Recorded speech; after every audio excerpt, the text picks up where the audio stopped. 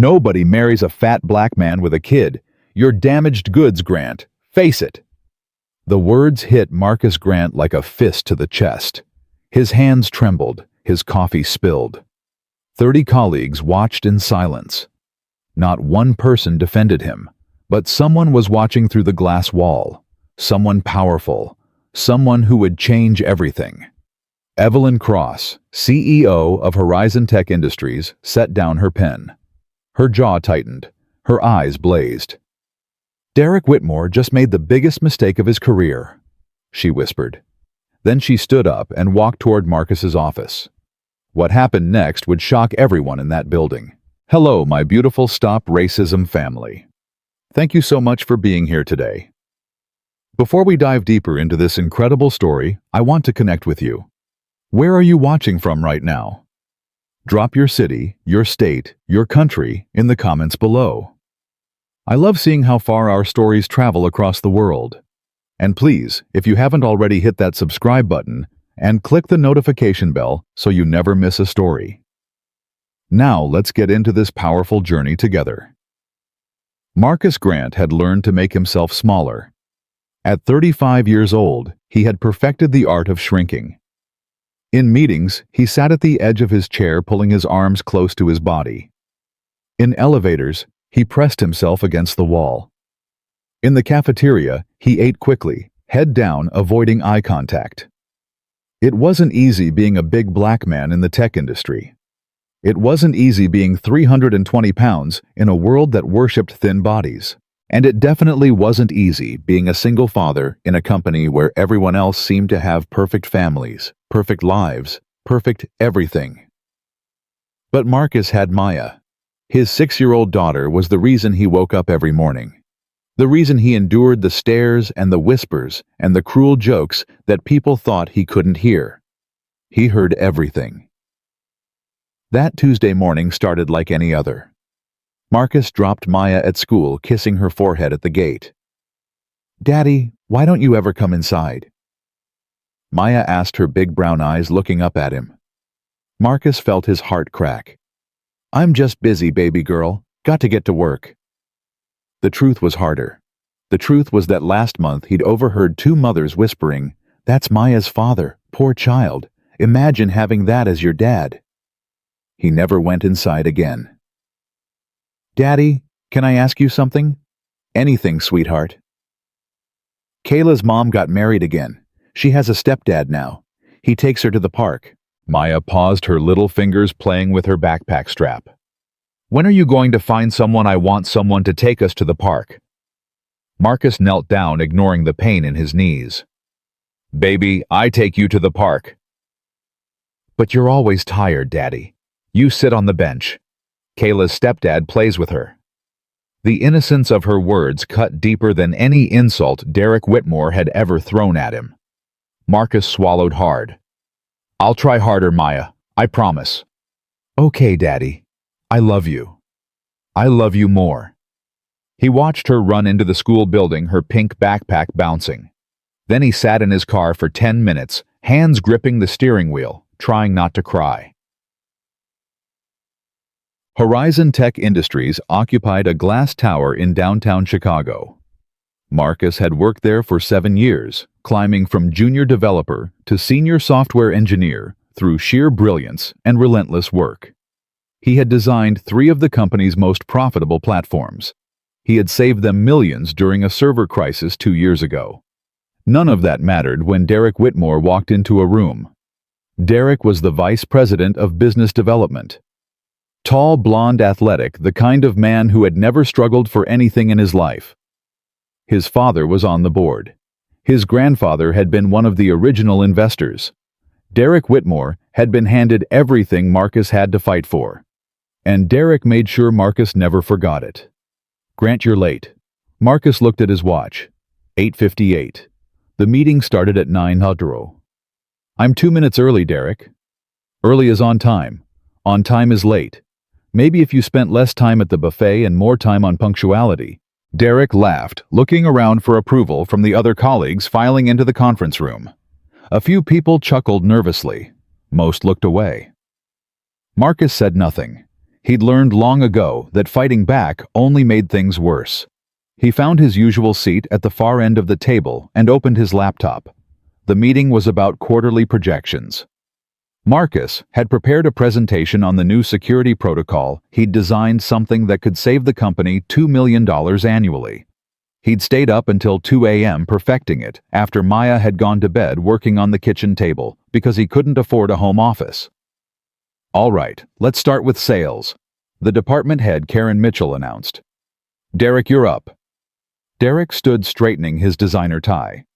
"Ladies and gentlemen, I'm thrilled to announce that we've exceeded targets by 12% this quarter." Applause filled the room. Derek basked in it like a man sunbathing on a yacht. What Derek didn't mention was that Marcus's new platform had been responsible for 8 of those percentage points. What Derek never mentioned was that half his wins were built on the technical foundation Marcus had created. And on a personal note, Derek continued, his smile widening, "I have some exciting news. Rebecca and I are engaged." More applause, louder this time. "We've been together 2 years. She said yes last weekend at the vineyard. Best moment of my life." Derek held up his phone showing a photo of his fiancée, a stunning brunette in a designer dress, diamond ring catching the light. "Congratulations, Derek." Karen beamed. "When's the wedding?" "Next spring. You're all invited, of course." People crowded around Derek, shaking his hand, patting his back. Marcus stayed in his seat, quietly closing his laptop. His presentation could wait. It always had to wait. He was almost at the door when Derek's voice rang out. "Hey, Grant, hold on a second." Marcus stopped. He knew that tone. The casual cruelty dressed up as friendly conversation. He turned around slowly. "Congratulations, Derek. That's great news." Thanks. Derek walked toward him, that predatory smile still in place. "Hey, I was wondering, when are you going to settle down? Find yourself a nice girl." The room went quiet. People sensed blood in the water. Marcus kept his voice steady. "When I meet the right person, I suppose." Derek laughed. It was an ugly sound full of contempt. "Good luck with that, Grant. I mean, let's be real here." He looked around, making sure he had an audience. "Nobody marries a fat black man, especially not one with a kid. Women want the whole package: successful, good-looking, no baggage. You've got a kid and that body. You're damaged goods, my friend. Face it." The words echoed in the sudden silence. Marcus felt every eye on him. Some sympathetic, most uncomfortable. A few, like Derek's assistant Blake and the new sales guy Tyler, nodding along like Derek was just stating obvious facts. Karen Mitchell looked at the floor. Porter Simmons, the one colleague Marcus considered almost friendly, stared at his phone like it contained nuclear codes. Nobody spoke. Nobody defended him. The silence was its own kind of violence. Marcus's hands shook. His coffee cup, the one he'd been holding, slipped. Hot liquid splashed on the carpet. He barely noticed. "Right," Marcus said, his voice barely above a whisper. "Excuse me." He walked out of that conference room with as much dignity as he could gather, which wasn't much. His legs felt like they were moving through water. His vision blurred at the edges. Behind him, he heard Derek laugh again. Too sensitive. That's his problem. "That." Marcus made it to his office before breaking down. He sat in his reinforced desk chair, the one he'd had to specially request from HR because standard office chairs couldn't support his weight, another humiliation, and put his head in his hands. The tears came whether he wanted them or not. It wasn't the first time someone had called him fat. It wasn't the first time someone had made him feel worthless because of his size, his skin color, his status as a single father. But it never stopped hurting. His phone buzzed. A text from his mother, Gloria. "How's my baby boy today? Maya told me she wants a mommy. We need to talk about getting you back out there, Marcus. You deserve love." Marcus laughed bitterly. Even his mother didn't understand. How could he explain that women looked through him like he was invisible? That the dating apps had yielded nothing but rejection and fetishization? that the last woman he'd gone out with had spent the entire dinner talking about her ex-boyfriend and then forgotten her wallet. He started typing a response, then deleted it. What was there to say? A knock on his door made him jump. "Marcus!" That voice. He knew that voice. He looked up quickly, wiping his eyes to find Evelyn Cross standing in his doorway.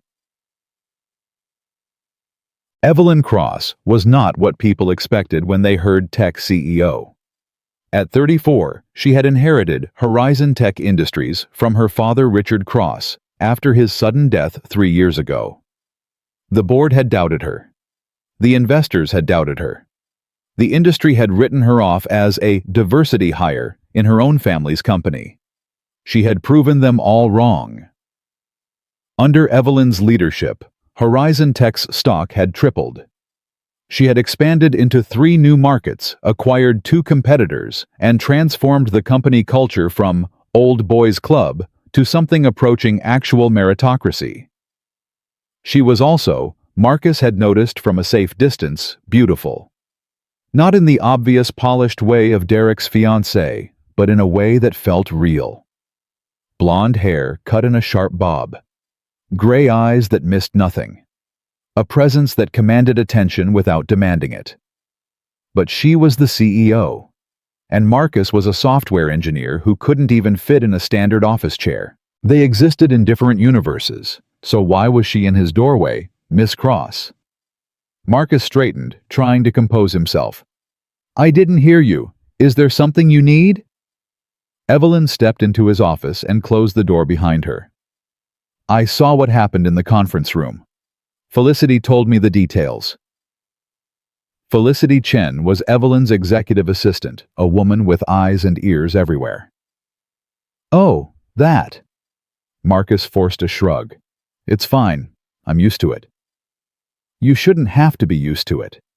Something in her voice made him look up. Really look at her. Her jaw was tight. Her hands were clenched at her sides. She was angry, but not at him. "Marcus, may I speak candidly?" "Of course." "Derek Whitmore is an ass." Marcus blinked. He had never heard the CEO curse before. "He's mediocre at his job." Evelyn continued, beginning to pace. "He trades on his family connections. He takes credit for other people's work, your work specifically. I've seen the reports. I know who actually designed the systems that are making this company money. And he compensates for his inadequacy by tearing others down." She stopped pacing and faced Marcus directly. "What he said to you was racist. It was fatphobic. It was completely unprofessional. And it was wrong." "Wrong about what?" "About everything." Evelyn's eyes were fierce. "About you being unmarriageable. About anyone being unmarriageable based on their body type or their race or whether they have children. His worldview is narrow, cruel, and incorrect." Marcus didn't know what to say. No one had ever defended him like this, certainly not someone with Evelyn Cross's power. "You're one of the most talented people in this company," Evelyn said. "I've read your code. I've studied your designs. The security protocol you were supposed to present today, I saw the preview. It's brilliant. You're brilliant." "Thank you," Marcus managed. "That means more than you know." "Good, because I have a question for you, and I want you to think carefully before answering." "Okay." Evelyn sat down in the chair across from his desk. For a moment she looked almost nervous, which seemed impossible for a woman who regularly negotiated billion-dollar deals. "What would it take to prove Derek wrong?" Marcus frowned. "I don't understand." "What would it take to show him and everyone else in this company that his narrow, prejudiced worldview is completely baseless, that a man like you isn't just worthy of love, but desirable?" "Miss Cross, I really don't—" "Date me." Marcus's brain stopped working. "What?" "Date me, Marcus, publicly. Let's prove them wrong together."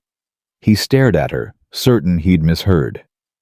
But Evelyn's expression was serious. Her eyes locked on his with an intensity that made his breath catch. "You want to date me to prove a point. I want to date you because I think you're incredible." Evelyn leaned forward. I've watched you for 2 years, Marcus. I've seen how you treat everyone with kindness, even the people who don't deserve it. I've seen you stay late to help junior developers, never asking for credit. I've seen you put pictures of your daughter on your desk and light up every time you talk about her. She paused, and something soft entered her voice. I've seen you, Marcus. Not the body people judge you for, not the stereotypes they project onto you. You. And I like what I see. Marcus couldn't speak. His heart was pounding so hard he was sure she could hear it. The proving Derek wrong part is just a bonus, Evelyn added. Though I'd be lying if I said I wouldn't enjoy watching his face when he realizes how wrong he was. Miss Cross. Evelyn, if we're going to do this, you should probably call me Evelyn. Evelyn. The name felt strange on his tongue. Foreign. I have a daughter. I know. Maya, right? She's 6. Likes pink. Excellent at soccer according to the photo on your desk. Marcus's eyes widened. You notice that? I notice everything about the people who matter in this company. And you matter, Marcus. You've always mattered. She extended her hand. So what do you say? Want to prove Derek Whitmore and every person like him exactly how wrong they are. This was insane. This was completely, utterly insane. Things like this didn't happen to men like Marcus Grant. Beautiful CEOs didn't walk into their offices and ask them on dates. The universe didn't work that way. But Evelyn's hand was still extended, and her eyes were still fixed on his. And for the first time in longer than he could remember, someone was looking at him like he was worth something. Against every instinct, against every voice in his head, screaming that this was too good to be true, Marcus reached out and shook her hand. Okay, he said. Let's prove them wrong. That evening, Marcus sat in his usual booth at O'Malley's, a dive bar in the South Side, where nobody cared about tech industry politics or corporate hierarchies. His best friend Winston Hayes sat across from him, beer frozen halfway to his mouth. She what?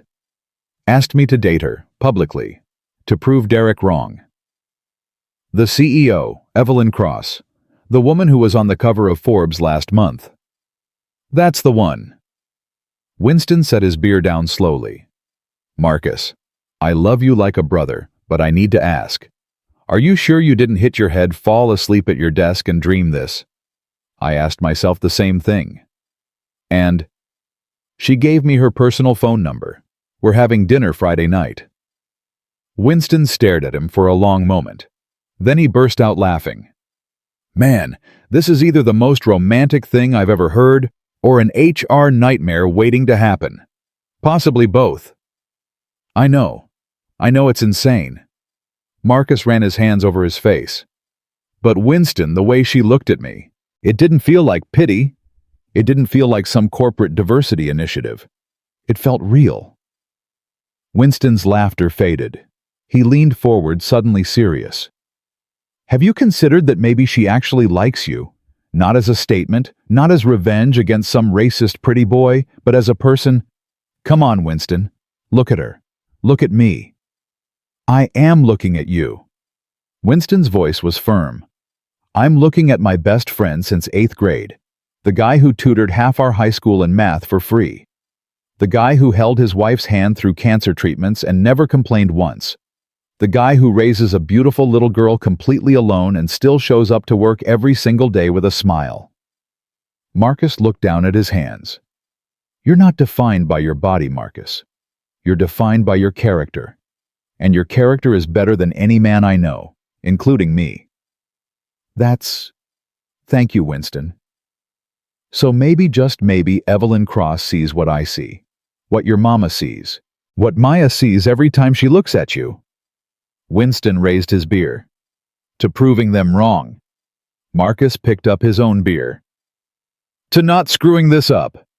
They clinked glasses. And for the first time since the conference room, Marcus allowed himself to feel something like hope. The next morning, Marcus arrived at work an hour early. He wanted to avoid Derek. He wanted to avoid everyone, actually, until he figured out how to process what had happened. But his phone buzzed the moment he sat down. "Good morning. I meant everything I said yesterday. Dinner Friday, 7 p.m. I'll pick you up. Evelyn." His heart hammered. He typed back, "You don't have to pick me up. I can meet you." Her response came immediately. "I want to.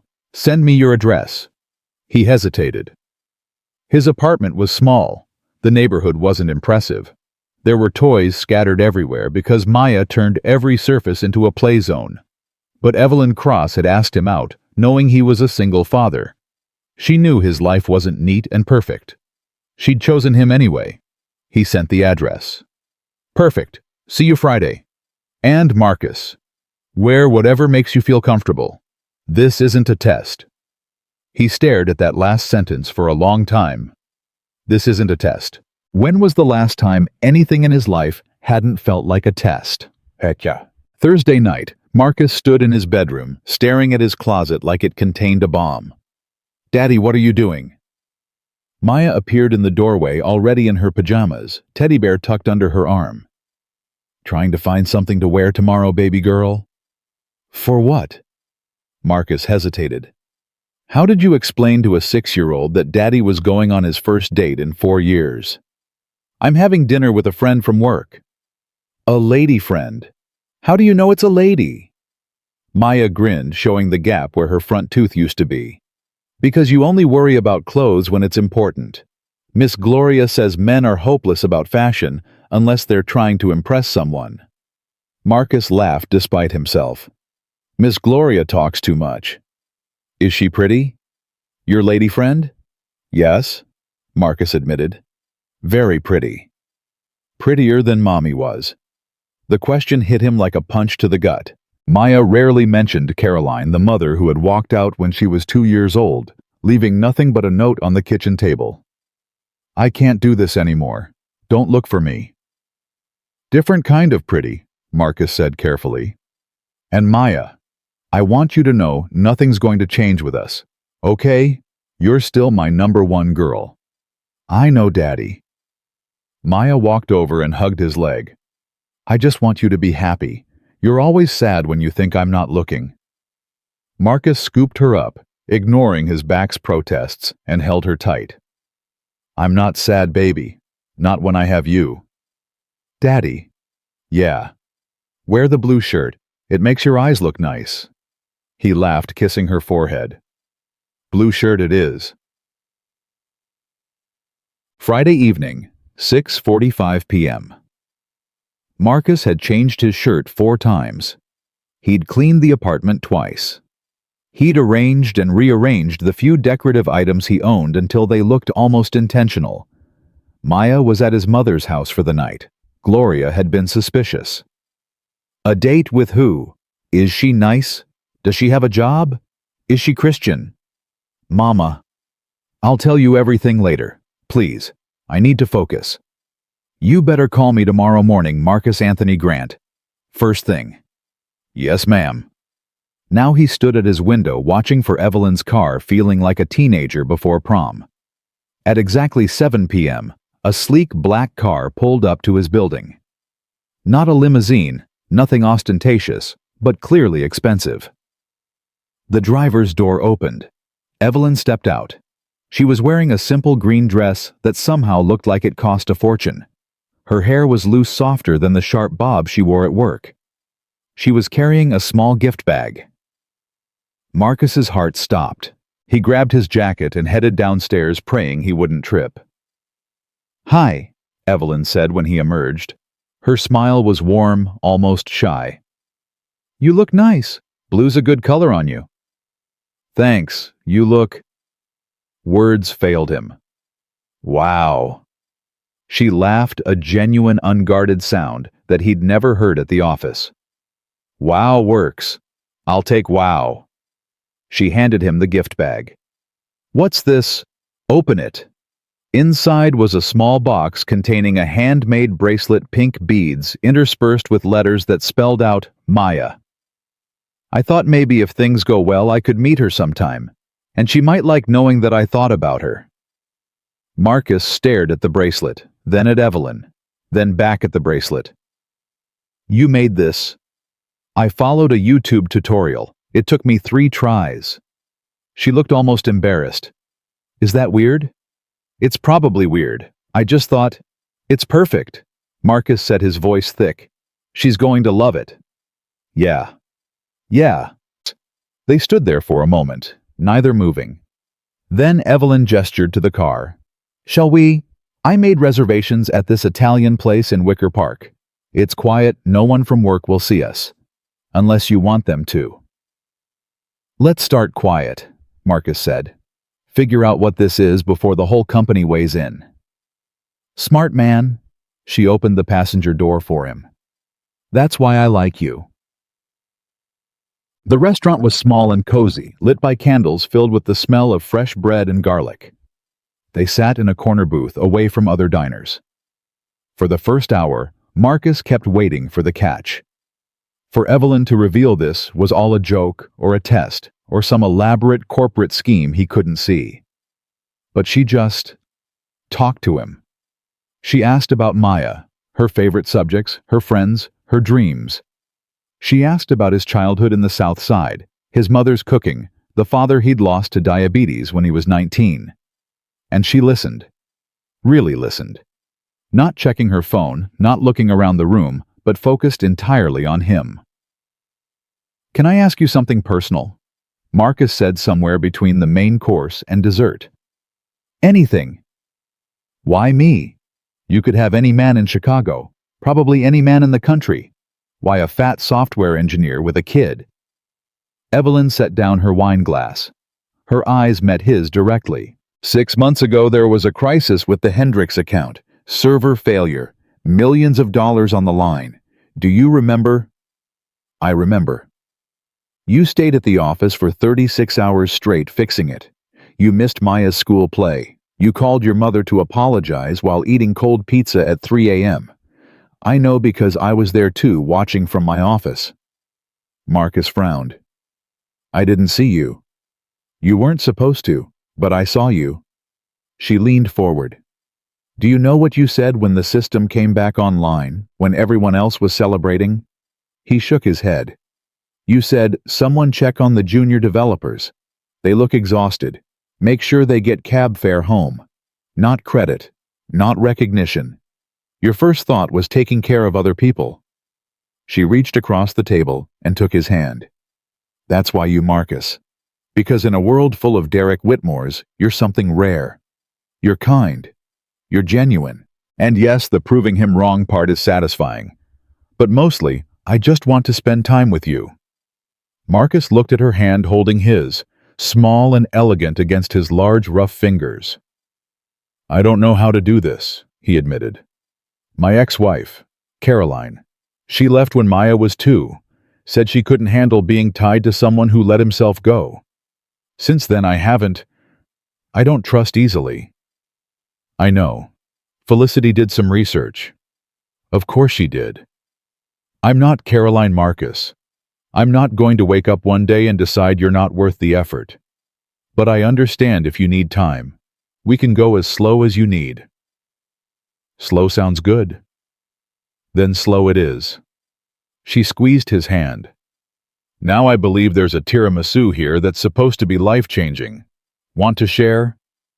Marcus smiled his first real smile in days. Yeah, I'd like that. The drive back to his apartment was quiet, but not uncomfortably so. A jazz station played softly on the radio. Evelyn hummed along. When she pulled up to his building, Marcus didn't want to get out. I had a really good time, he said. Me too. Evelyn turned to face him. Can we do this again? Maybe Sunday if Maya's available? I meant what I said about wanting to meet her. You really want to spend your Sunday afternoon with a 6-year-old? I really want to spend my Sunday afternoon with you. Maya's a bonus. Marcus laughed. Okay, I'll ask her. But fair warning, she's going to interrogate you like a tiny FBI agent. I'll prepare my answers. They sat there a moment longer. Then, before he could overthink it, Marcus leaned over and kissed her cheek. "Thank you, Evelyn, for everything today." When he pulled back, her cheeks were pink. "Good night, Marcus." "Good night." He got out of the car and walked to his building entrance. When he turned back, she was still there watching him with a soft smile. She waved. He waved back. And as her car disappeared around the corner, Marcus Grant realized something terrifying and wonderful. He was starting to believe he might actually deserve this. The next Monday, everything changed. Marcus walked into Horizon Tech with a new energy. He'd spent the weekend in a daze texting Evelyn, researching family-friendly restaurants for their Sunday date, watching Maya practice what she was going to say when she met Daddy's friend. He was smiling when he got off the elevator. Derek Whitmore was waiting. "Well, well, someone looks happy." Derek fell into step beside him. "What's the occasion, Grant? Finally accept that nobody's ever going to want you." Marcus kept walking. "Good morning, Derek." "I'm serious. You've got this weird energy. It's unsettling." Derek's eyes narrowed. "Wait, did you actually go on a date? Oh my God, you did. Was she blind? How much did you have to pay her?" Marcus stopped, turned, looked Derek directly in the eyes. For the first time, he didn't feel small. "You know what, Derek? I'm done listening to you. I'm done letting you make me feel worthless. And I'm done pretending your opinion matters." Derek blinked, clearly surprised by the pushback. "Excuse me." "You heard me. Find someone else to bully. I'm not interested anymore." He walked away, leaving Derek standing in the hallway with his mouth open. It felt like flying. But Derek Whitmore wasn't the kind of man who let things go. By noon, rumors were flying. "Did you hear Marcus Grant told off Derek this morning?" "No way. What did Derek do?" "Apparently went to HR, filed a complaint about hostile workplace behavior. Against Marcus, for what, finally standing up for himself." Marcus heard the whispers. He tried to ignore them, but by 2 p.m., his phone buzzed with a message from Felicity Chen. "Evelyn needs to see you in her office, now." His heart sank. Was this it? Had Derek found a way to get him fired? He took the elevator to the executive floor, hands shaking, all the confidence from this morning evaporating. Felicity met him at the door. "Go on in, she's waiting." The walk to Evelyn's office felt like the longest of his life. She was standing at the window when he entered. She turned when the door closed. "I heard what happened with Derek. I can explain." "You don't need to explain." Evelyn's eyes were blazing. "I also heard about the HR complaint. Derek is claiming you threatened him." "What? I didn't threaten anyone. I just told him I wasn't interested in his bullying anymore." "I know." Felicity pulled the security footage. "Your conversation was clearly visible. You never raised your voice, never moved aggressively, never did anything that could remotely be considered threatening." She walked toward him. "Derek lied on an official HR document. That's grounds for termination." Marcus's head was spinning. "You're going to fire him for filing a complaint against me. I'm going to fire him for falsifying a workplace harassment report. The complaint against you is incidental." She stopped in front of him, close enough that he could smell her perfume. "How are you? Are you okay?" Yes, I think so." "Good." She took his hand. "Because I need to tell you something and I need you to stay calm." "What?" "Derek knows about us, about Friday night." Marcus's blood went cold. "How?" "I don't know. He made a comment to Felicity about the CEO's charity project. He didn't name you directly, but it's clear he suspects." "What does this mean?" Evelyn took a deep breath. "It means we have a choice, Marcus. We can deny everything, keep seeing each other in secret hope he doesn't find proof. Or, she squeezed his hand. Or we stop hiding. We let the company know. We prove Derek wrong, not in private, but in front of everyone." Marcus stared at her. "You'd do that, risk everything, your reputation, for someone you've had one date with?" "Yes, because I know what this is. Even if we've only just started. Her eyes were certain. I'm not ashamed of you, Marcus. I refuse to act like I am. The choice should have been terrifying. Public scrutiny, office gossip, Derek's rage. But looking at Evelyn, seeing her conviction, Marcus realized he wasn't scared. He was ready. Let's do it, he said. Let's prove them wrong. Evelyn smiled that brilliant, fierce smile that made his heart race. I was hoping you'd say that. She leaned up and kissed him. Not on the cheek this time. A real kiss, soft and warm and full of promise. When they broke apart, she was laughing. What? Derek is going to lose his mind. Is it wrong that I'm looking forward to that? Not even a little. That evening, Marcus picked up Maya from his mother's house. How was your weekend, baby girl? Good. Grandma taught me how to make cookies. Daddy is your friend coming for dinner soon. Actually, sweetheart, I wanted to talk to you about that. He knelt down to her level. My friend, her name is Evelyn. She really wants to meet you. Would that be okay? Maya considered this with the seriousness only a 6-year-old could muster. Is she nice? Very nice. Does she like soccer? I don't know. You'll have to ask her. Does she like pink? We'll find out together. Maya nodded slowly. Okay. She can come. But if she's mean to you, I'll kick her in the shin. Jimmy taught me how at school. Marcus burst out laughing. No shin kicking. But I appreciate the protection. Someone has to look out for you, Daddy. He hugged her tight. Yeah, baby. Someone does.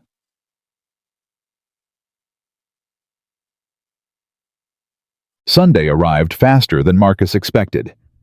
Evelyn had suggested a family restaurant in Lincoln Park, casual, kid-friendly, neutral territory. She arrived in jeans and a simple sweater, nothing like her usual corporate attire. Maya stared at her for a long moment when they met at the door. You're really pretty, Maya announced. Thank you. Evelyn knelt down to Maya's level. You're really pretty too. I love your braids. Grandma did them. She's really good at hair. She sounds talented. She is. Maya paused, studying Evelyn with intense scrutiny. Are you going to marry my daddy? Maya. Marcus felt his face burn, but Evelyn just laughed. I don't know yet. We just started being friends. But I do really like him. Is that okay with you? Maya considered. I'll let you know. Fair enough.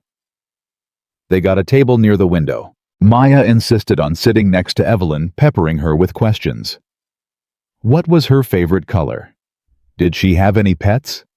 Could she do a cartwheel? What was her favorite food? Evelyn answered every question with patience and warmth. When she admitted she'd never tried doing a cartwheel, Maya gasped in horror. You've never done a cartwheel? Never. I'll teach you, after we eat. That's very kind. I'd like that. Marcus watched them together, his daughter and this woman who had appeared in his life like a miracle, and felt something shift in his chest. Hope. Real terrifying hope. After lunch, they walked to a nearby park. Maya insisted on the promised cartwheel lesson, which resulted in Evelyn falling on her back 3 times while Maya laughed hysterically. Your daddy is supposed to help me up, Evelyn said, reaching for Marcus's hand. Daddy doesn't do cartwheels, Maya said matter-of-factly. No. He says he's too big, but I think he's scared. Marcus groaned. Traitor. Evelyn grinned. We'll work on it. She took his hand and didn't let go. They walked like that, Maya running ahead, Marcus and Evelyn hand in hand until they reached the playground. She's incredible, Evelyn said quietly. She is. She saved my life, you know. After Caroline left, I didn't think I could keep going. But Maya needed me. So I did. You're a good father, Marcus. I try. No. Evelyn stopped turning to face him. You are. Don't minimize it. What you do for her, the sacrifice, the dedication, it's extraordinary. It doesn't feel extraordinary. It feels like survival. Maybe that's what extraordinary looks like from the inside. Marcus looked at her, this woman who saw past his size and his skin and his situation to the person underneath. Can I ask you something? Anything. What are we doing, really? Because I need to know before I fall any harder. Evelyn took both his hands. We're building something, Marcus. I don't know exactly what it is yet, but I know I want to find out. I know I think about you constantly. I know seeing you with Maya today made me feel something I haven't felt in a long time. What? Like maybe I could belong somewhere. Her voice cracked slightly. I've never had that. Not with my family, not in relationships. Always performing, always being what people expected. But with you, I feel like I can just be myself. And that's worth more than any business deal or board meeting. Marcus pulled her close. Okay, he said into her hair.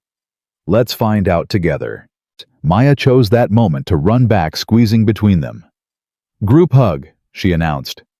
They wrapped their arms around her, a tiny family unit in the middle of a Chicago park. And somewhere in the city, Derek Whitmore was plotting his revenge. But Marcus didn't know that yet. In that moment, all he knew was the warmth of his daughter and the woman who was changing everything. The news spread through Horizon Tech Industries like wildfire. By Monday afternoon, everyone knew. The CEO was dating Marcus Grant, the fat black software engineer with a kid. Derek Whitmore's favorite target. Marcus felt the stares the moment he stepped off the elevator. Colleagues who had ignored him for years suddenly stopped to say hello. People he barely recognized smiled at him in the hallways. The attention was suffocating.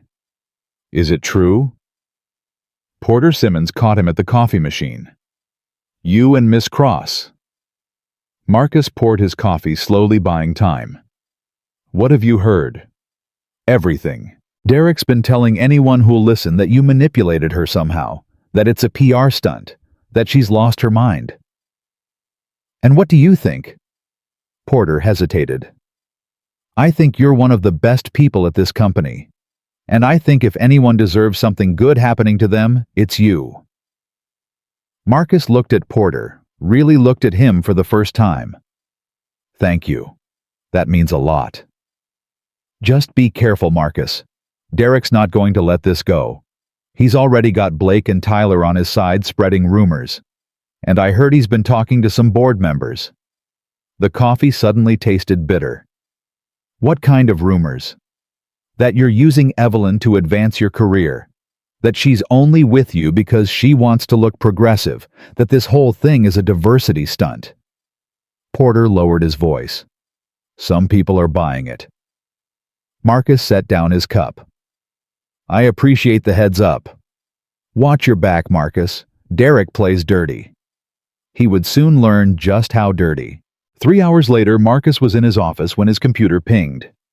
An email from HR. Subject line: mandatory meeting. Conflict of interest review. His heart dropped. The email was professional sterile. Due to recent developments regarding your personal relationship with CEO Evelyn Cross, you are required to attend a conflict of interest review meeting on Wednesday at 2 p.m. Please bring any relevant documentation regarding your work assignments and performance evaluations. He read it 3 times, hoping the words would change. His phone buzzed. Evelyn. Did you get the email? Just now, what is this? Derek filed a formal complaint with the board, claims your relationship with me constitutes a conflict of interest, and that you've received preferential treatment. I haven't received anything preferential. I've been here 7 years. I know. Her voice was tight with controlled anger. But the board has to investigate. It's protocol. If they don't, Derek could claim bias. So what do? We show up. We tell the truth. We don't let him win. Marcus closed his eyes.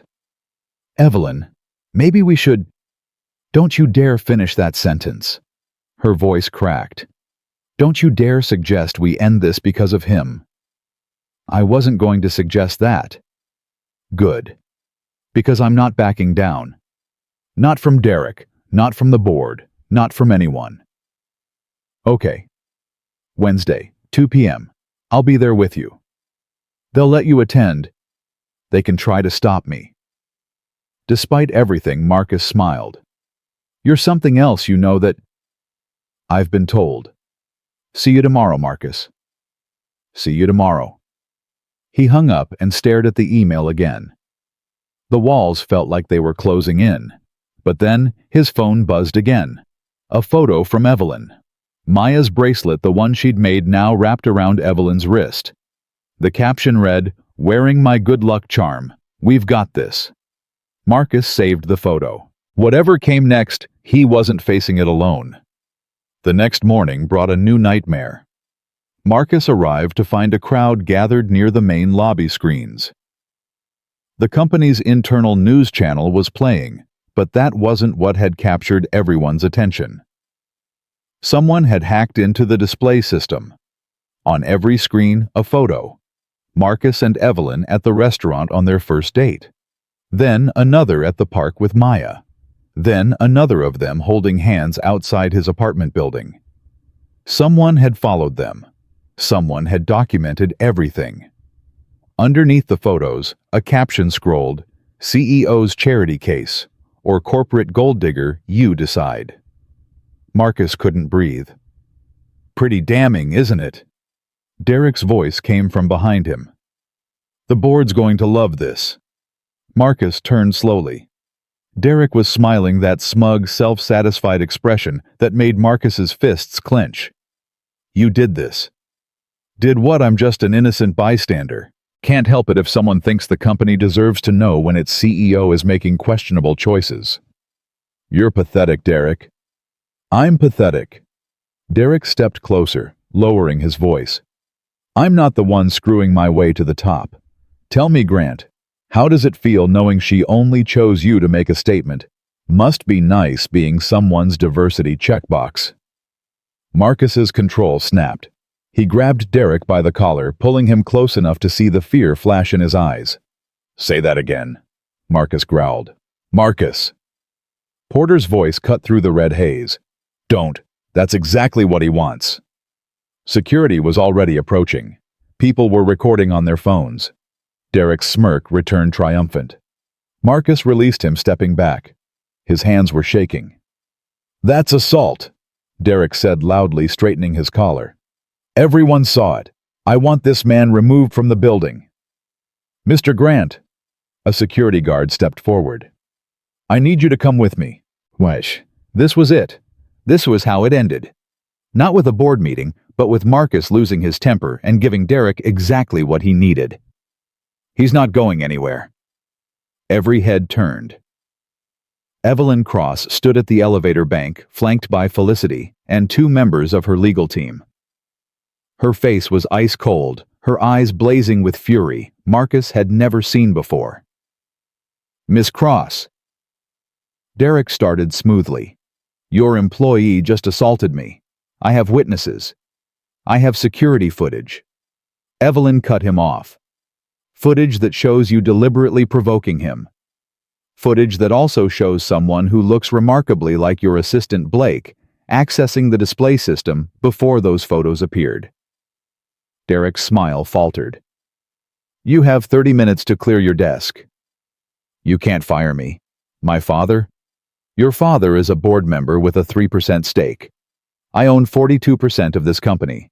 Your father can file a complaint, hold a vote, do whatever he wants. By the time any of that goes through, you'll still be unemployed. The lobby had gone completely silent. This is wrongful termination. I'll sue. Go ahead. I'll countersue for harassment, workplace sabotage, and invasion of privacy. Those photos were taken without consent. That's a crime in Illinois. Evelyn stepped closer to Derek. 29 minutes now. Derek looked around for support.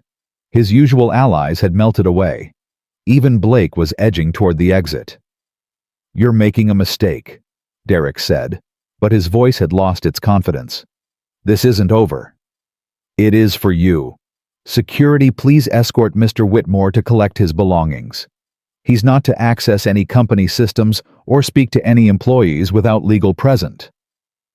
Two guards flanked Derek. He shot one last venomous look at Marcus before being led away. The moment he was gone, whispers erupted throughout the lobby. But Marcus barely heard them. He was looking at Evelyn, this woman who had just torpedoed a board member's son to protect him. "Are you okay?" she asked quietly. "I almost hit him. I almost ruined everything. But you didn't. Because Porter stopped me, not because I had control." Evelyn took his hand right there in front of everyone. "We need to talk. My office. Now."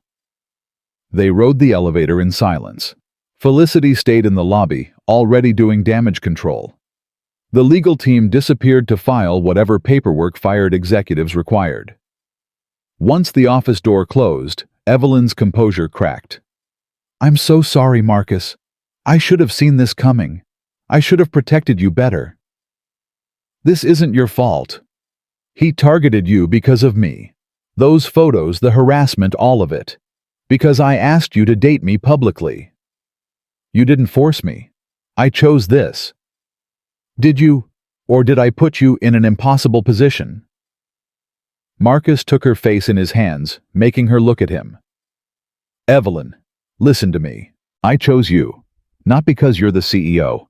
Not to prove Derek wrong. Because you're the first person in years who made me feel like I was worth choosing."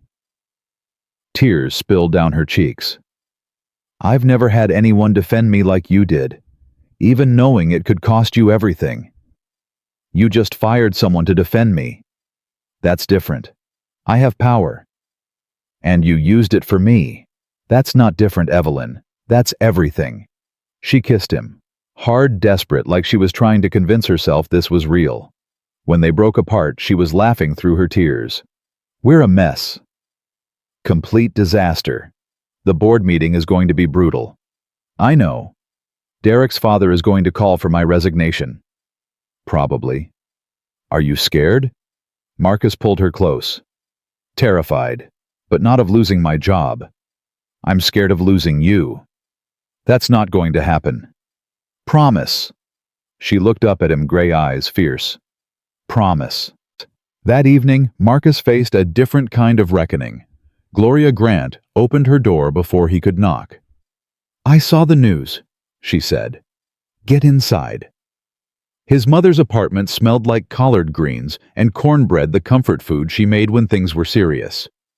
Maya was at the kitchen table, coloring, thankfully oblivious to the day's chaos. "Sit down, Marcus." He sat. Gloria poured him sweet tea, then settled across from him with her arms crossed. "So, the CEO." "Yes, ma'am." "The pretty blonde woman who was on the news standing up to that horrible man.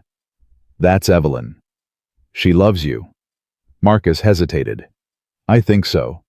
We haven't said those words yet. But you love her." He couldn't lie to his mother.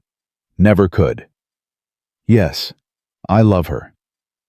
Gloria was quiet for a long moment.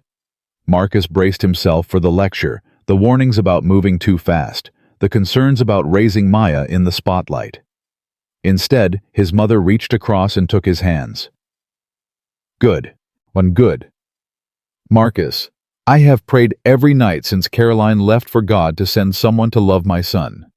Someone who would see what I see, what Maya sees, what your father saw before he passed." Her eyes glistened. "That woman fired a man on television for disrespecting you. That's not a fling baby. That's a warrior." Marcus felt his throat tighten. "She wants to meet you. Properly, not just dropping Maya off. Then bring her for Sunday dinner." "Mama, are you sure things are complicated right now?" "Love is always complicated. Bring her Sunday." Gloria squeezed his hands. "Let me meet the woman who's got my son smiling again." "Daddy's smiling." Maya looked up from her coloring. "Is it because of Miss Evelyn?" Gloria chuckled. "Your daddy's got good taste, baby girl." "I know." Maya returned to her coloring. "She's teaching me cartwheels." Marcus looked at his daughter, then at his mother.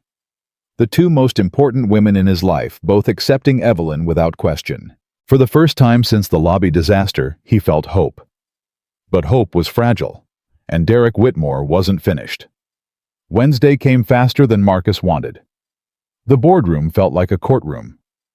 8 members sat at the long table faces, carefully neutral. Derek's father, Richard Whitmore, glared from the far end. Evelyn sat at the head, composed but pale. Marcus took his seat, hyper-aware of every eye on him. Let's begin. Board Chair Patricia Chen opened the file before her.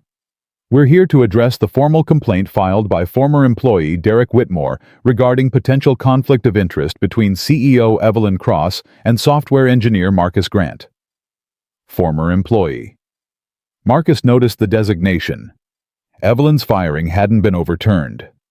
The complaint alleges that Mr. Grant has received preferential treatment, including favorable performance reviews, unearned bonuses, and prioritized project assignments, due to his personal relationship with Miss Cross. Patricia looked at Marcus. Mr. Grant, would you like to respond? I've worked at this company for 7 years. Marcus said, his voice steady, despite his pounding heart. My performance reviews have been excellent since before Miss Cross became CEO. I designed 3 major platforms that generated significant revenue. I've never asked for special treatment, and I've never received any. The records support that. Another board member, Janet Morrison, interjected. I reviewed Mr. Grant's file. His work is exceptional. No evidence of favoritism. The appearance of impropriety is enough, Richard Whitmore snapped. How can employees trust that promotions are merit-based when the CEO is sleeping with a subordinate? Richard. Patricia's voice was sharp.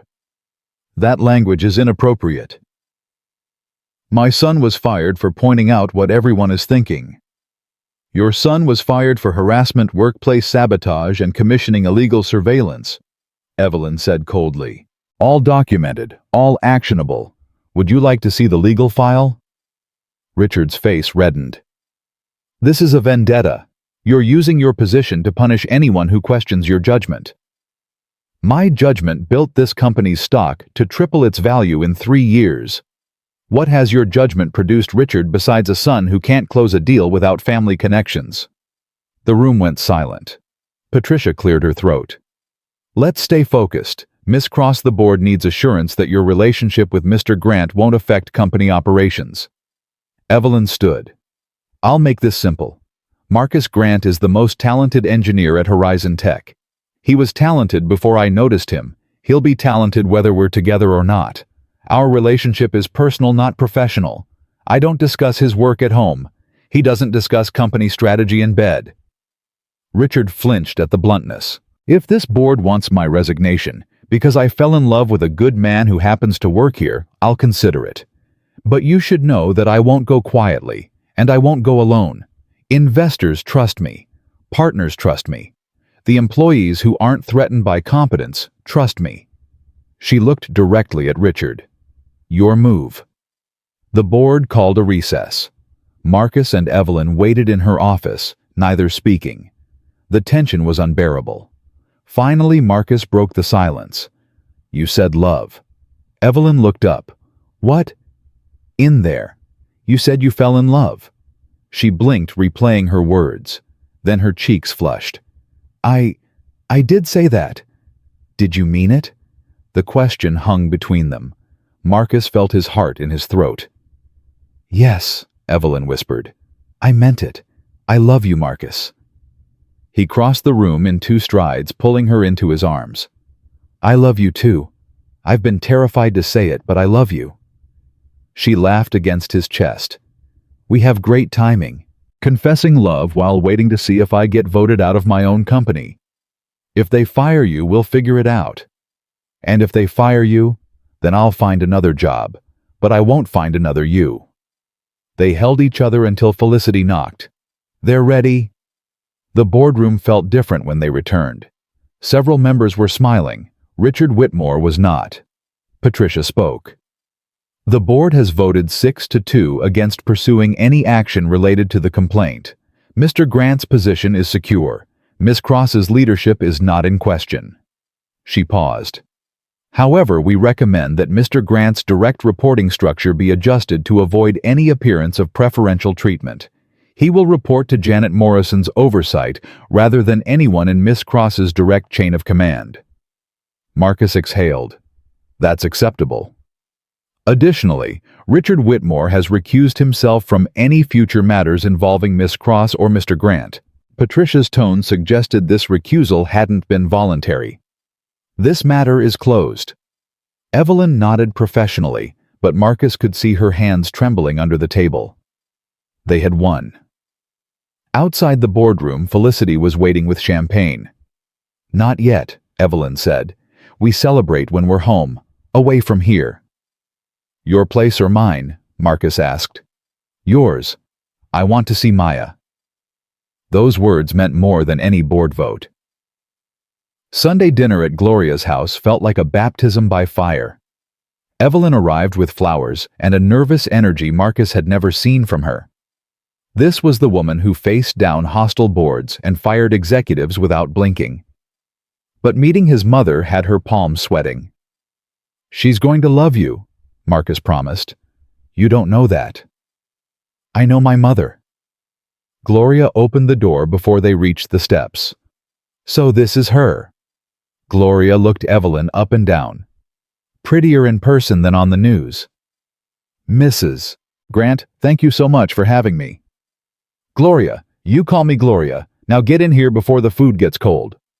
The next 3 hours were a masterclass in maternal interrogation. Where was Evelyn from Seattle originally? Her father had moved the family to Chicago when she was 12. What about her mother? Still alive, though they weren't close. Evelyn's voice tightened at that question. What were her intentions with Marcus serious? Very serious. Did she want children? She'd never thought she would, but meeting Maya had changed something in her. "That child already loves you," Gloria said. "She talks about you constantly. Miss Evelyn showed me this. Miss Evelyn taught me that. I haven't seen her this attached to anyone besides Marcus." Evelyn's eyes glistened. "She's an amazing kid." "She is. And she's been through enough. Her mother leaving nearly broke her. Nearly broke Marcus too." "Mama," Marcus warned. "Hush. This is important." Gloria leaned forward, holding Evelyn's gaze. "If you're not sure about this, if there's any part of you that might walk away when things get hard, tell me now, because I will not watch my son and my grandbaby be abandoned again." The room went silent. Evelyn set down her fork carefully. "Mrs. Grant, Gloria, I'm not going to pretend I have all the answers. My own family is a mess. My mother hasn't spoken to me in 2 years because I won't follow her life plan. I don't know how to be a partner, let alone a stepmother." She took a breath. "But I know I love your son. I know I love Maya. And I know that leaving them would hurt me more than anything else in my life ever has. So, no, I can't promise perfection. But I can promise I'm not going anywhere." Gloria studied her for a long moment. Then she smiled. "Good answer. Now eat your greens before they get cold." Marcus reached under the table and squeezed Evelyn's hand. She squeezed back. Maya ran in from the living room. "Grandma, can Miss Evelyn braid my hair after dinner? She said she'd learn." "You're learning to braid." Gloria raised an eyebrow. "YouTube tutorials," Evelyn admitted. "I've watched about 20 tutorials to braid one child's hair." I wanted to get it right. Gloria burst out laughing, a deep, genuine sound that filled the small apartment. "Oh, Marcus, you found a good one. Don't mess this up." "Yes, ma'am." The evening ended with Evelyn attempting French braids while Gloria supervised and Maya provided running commentary. Marcus sat back watching 3 generations of women he loved more than anything else in the world. This was family. This was what Derek could never touch. But the peace couldn't last. 2 weeks later, the first article appeared. Horizon Tech CEO's secret scandal. Inside Evelyn Cross's controversial romance with a company subordinate. The tech blogs had found the story. Then the mainstream media. Then the tabloids. Suddenly, Marcus and Evelyn were everywhere. Photos from their dates. Analysis of their relationship. Commentary from experts on workplace dynamics. Op-eds about whether Evelyn was exploiting her power or Marcus was exploiting her wealth. The narrative split into two camps. Half the internet celebrated them a love story that defied prejudice. The other half tore them apart, accusations of manipulation, fetishization, corporate impropriety. Maya started hearing things at school. "Daddy," she said one evening, her voice small. "Kayla said her mom said Miss Evelyn is only pretending to like you, because it makes her look good." Marcus knelt before his daughter. "Maya, look at me." Her eyes were wet. "Evelyn loves us, both of us. What Kayla's mom said isn't true." "But how do you know?" "Because I see how she looks at you when you're not watching. Because she learned to braid hair for you. Because she cried when you made her that drawing." Maya sniffled. "She cried? Happy tears, because you matter to her." "Kayla said Miss Evelyn would leave, like Mommy did." The words cut through Marcus like a blade. He pulled Maya into his arms.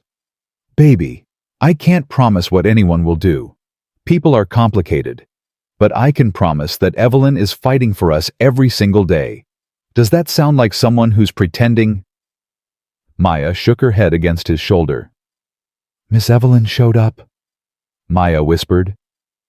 "Mommy never showed up." Marcus held his daughter tighter, fighting his own tears. "That's right, baby. Evelyn shows up."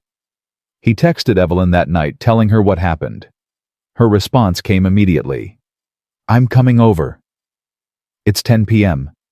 I don't care." 30 minutes later, Evelyn was sitting on Maya's bed, holding the child who should have been asleep. "I'm not going anywhere," Evelyn said firmly. "I'm going to say this every day if I have to. I choose you, Maya. I choose your daddy. And nothing anyone says will change that. Promise?" "Cross my heart." Maya studied her face for a long moment. Then she nodded. "Okay, but you have to do the pinky promise too." Evelyn solemnly hooked her pinky with Maya's. "There," Maya said. "Now it's official." After Maya fell asleep, Evelyn sat with Marcus in his tiny kitchen. "This is going to get worse before it gets better," she said. "I know. The board is getting nervous again. Advertisers are asking questions. There's talk of a shareholder meeting." "What does that mean?" Evelyn looked at him, exhaustion written across her face. "It means we need to decide how public we want to be. We can stay quiet, ride it out, hope the news cycle moves on. Or we control the narrative. We tell our story ourselves. On our terms." Marcus considered this. What would that look like? An interview. Maybe a profile piece. Something where we get to explain who we are instead of letting strangers define us. That's a big step. I know, and I won't do it without you agreeing completely. She took his hands. This is your life too, Marcus. Your reputation. Maya's stability. I won't make that decision alone. He looked at this woman who had turned his world upside down in the best possible way. Let me think about it. Take all the time you need. But time was a luxury they didn't have. Because the next morning, Evelyn's mother arrived in Chicago. Judith Cross hadn't seen her daughter in 2 years. She'd made her disapproval clear when Evelyn took over the company, clearer still when Evelyn refused to marry the venture capitalist Judith had selected for her. Now she stood in Evelyn's office, designer suit, immaculate ice blonde hair, perfectly coiffed, disgust barely concealed behind a society smile. "Mother, what an unexpected surprise." "Don't be snide, Evelyn. It's unbecoming." Judith sat without being invited. "I've seen the news. The whole family has seen the news. And you need to end this absurd relationship immediately." Evelyn's jaw tightened. "No. Do you understand what you're doing to yourself, to our family's reputation? I'm living my life, something you've never let me do." Judith's mask slipped, revealing something cold underneath. "You're destroying everything your father built. For what? A fat black man with a child. Evelyn, darling, if you needed attention, there are better ways. Get out." "Excuse me. Get out of my office. Get out of my building. Don't contact me again unless you're ready to treat the man I love with basic human respect. The man you love. Judith laughed a brittle sound. You don't know what love is. You're infatuated with rebellion. This isn't about him at all. It's about punishing me. Not everything is about you, Mother. Though I know that's hard for you to accept. Judith stood gathering her bag. When this falls apart, and it will, don't come crawling back. I won't save you from your own foolishness. I wouldn't dream of it. The door slammed behind her. Evelyn sat alone in her office, shaking. Her phone buzzed. Marcus? Everything okay? You seemed stressed this morning. She stared at the message for a long time.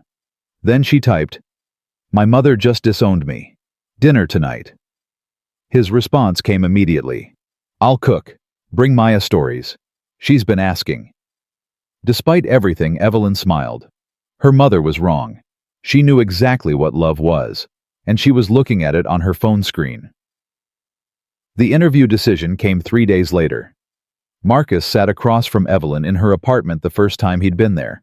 It was beautiful, but cold, like a magazine spread no one actually lived in. I want to do it, he said. Evelyn looked up from her wine. The interview. Yes. I've been thinking about what you said. About controlling the narrative. He leaned forward. Right now, other people are telling our story, getting it wrong, hurting Maya with their lies. I'm tired of letting them define us. Marcus, are you sure once we do this there's no going back? We'll be public forever. We're already public. The difference is whether we have a say in what that looks like. Evelyn set down her glass. My publicist knows a journalist at the Times. Honest fare won't sensationalize. If we're doing this, she's the one. Then set it up. And Maya, she might get attention too. Marcus had thought about this. A lot. I talked to her, explained that some people might ask about us, might want to know about our family. You know what she said? What? She said, good. Then I can tell everyone how awesome you and Miss Evelyn are. Evelyn's eyes filled with tears. She said that she's 6. She's braver than both of us. Evelyn crossed the room and sat beside him. I don't deserve either of you. Probably not, but you're stuck with us now. She laughed through her tears. I can live with that. He kissed her forehead. So can I. The journalist arrived the following week. The interview lasted 4 hours. Marcus talked about his childhood, his father's death, Caroline's abandonment raising Maya alone. Evelyn talked about her father, her mother's expectations, the loneliness of leadership. Together they talked about finding each other, about choosing love despite the obstacles, about building a family that defied everyone's expectations. When the journalist left, Marcus felt lighter than he had in months. How do you feel? Evelyn asked. Like I finally got to tell my own story. Same. They sat together watching the sun set over Chicago.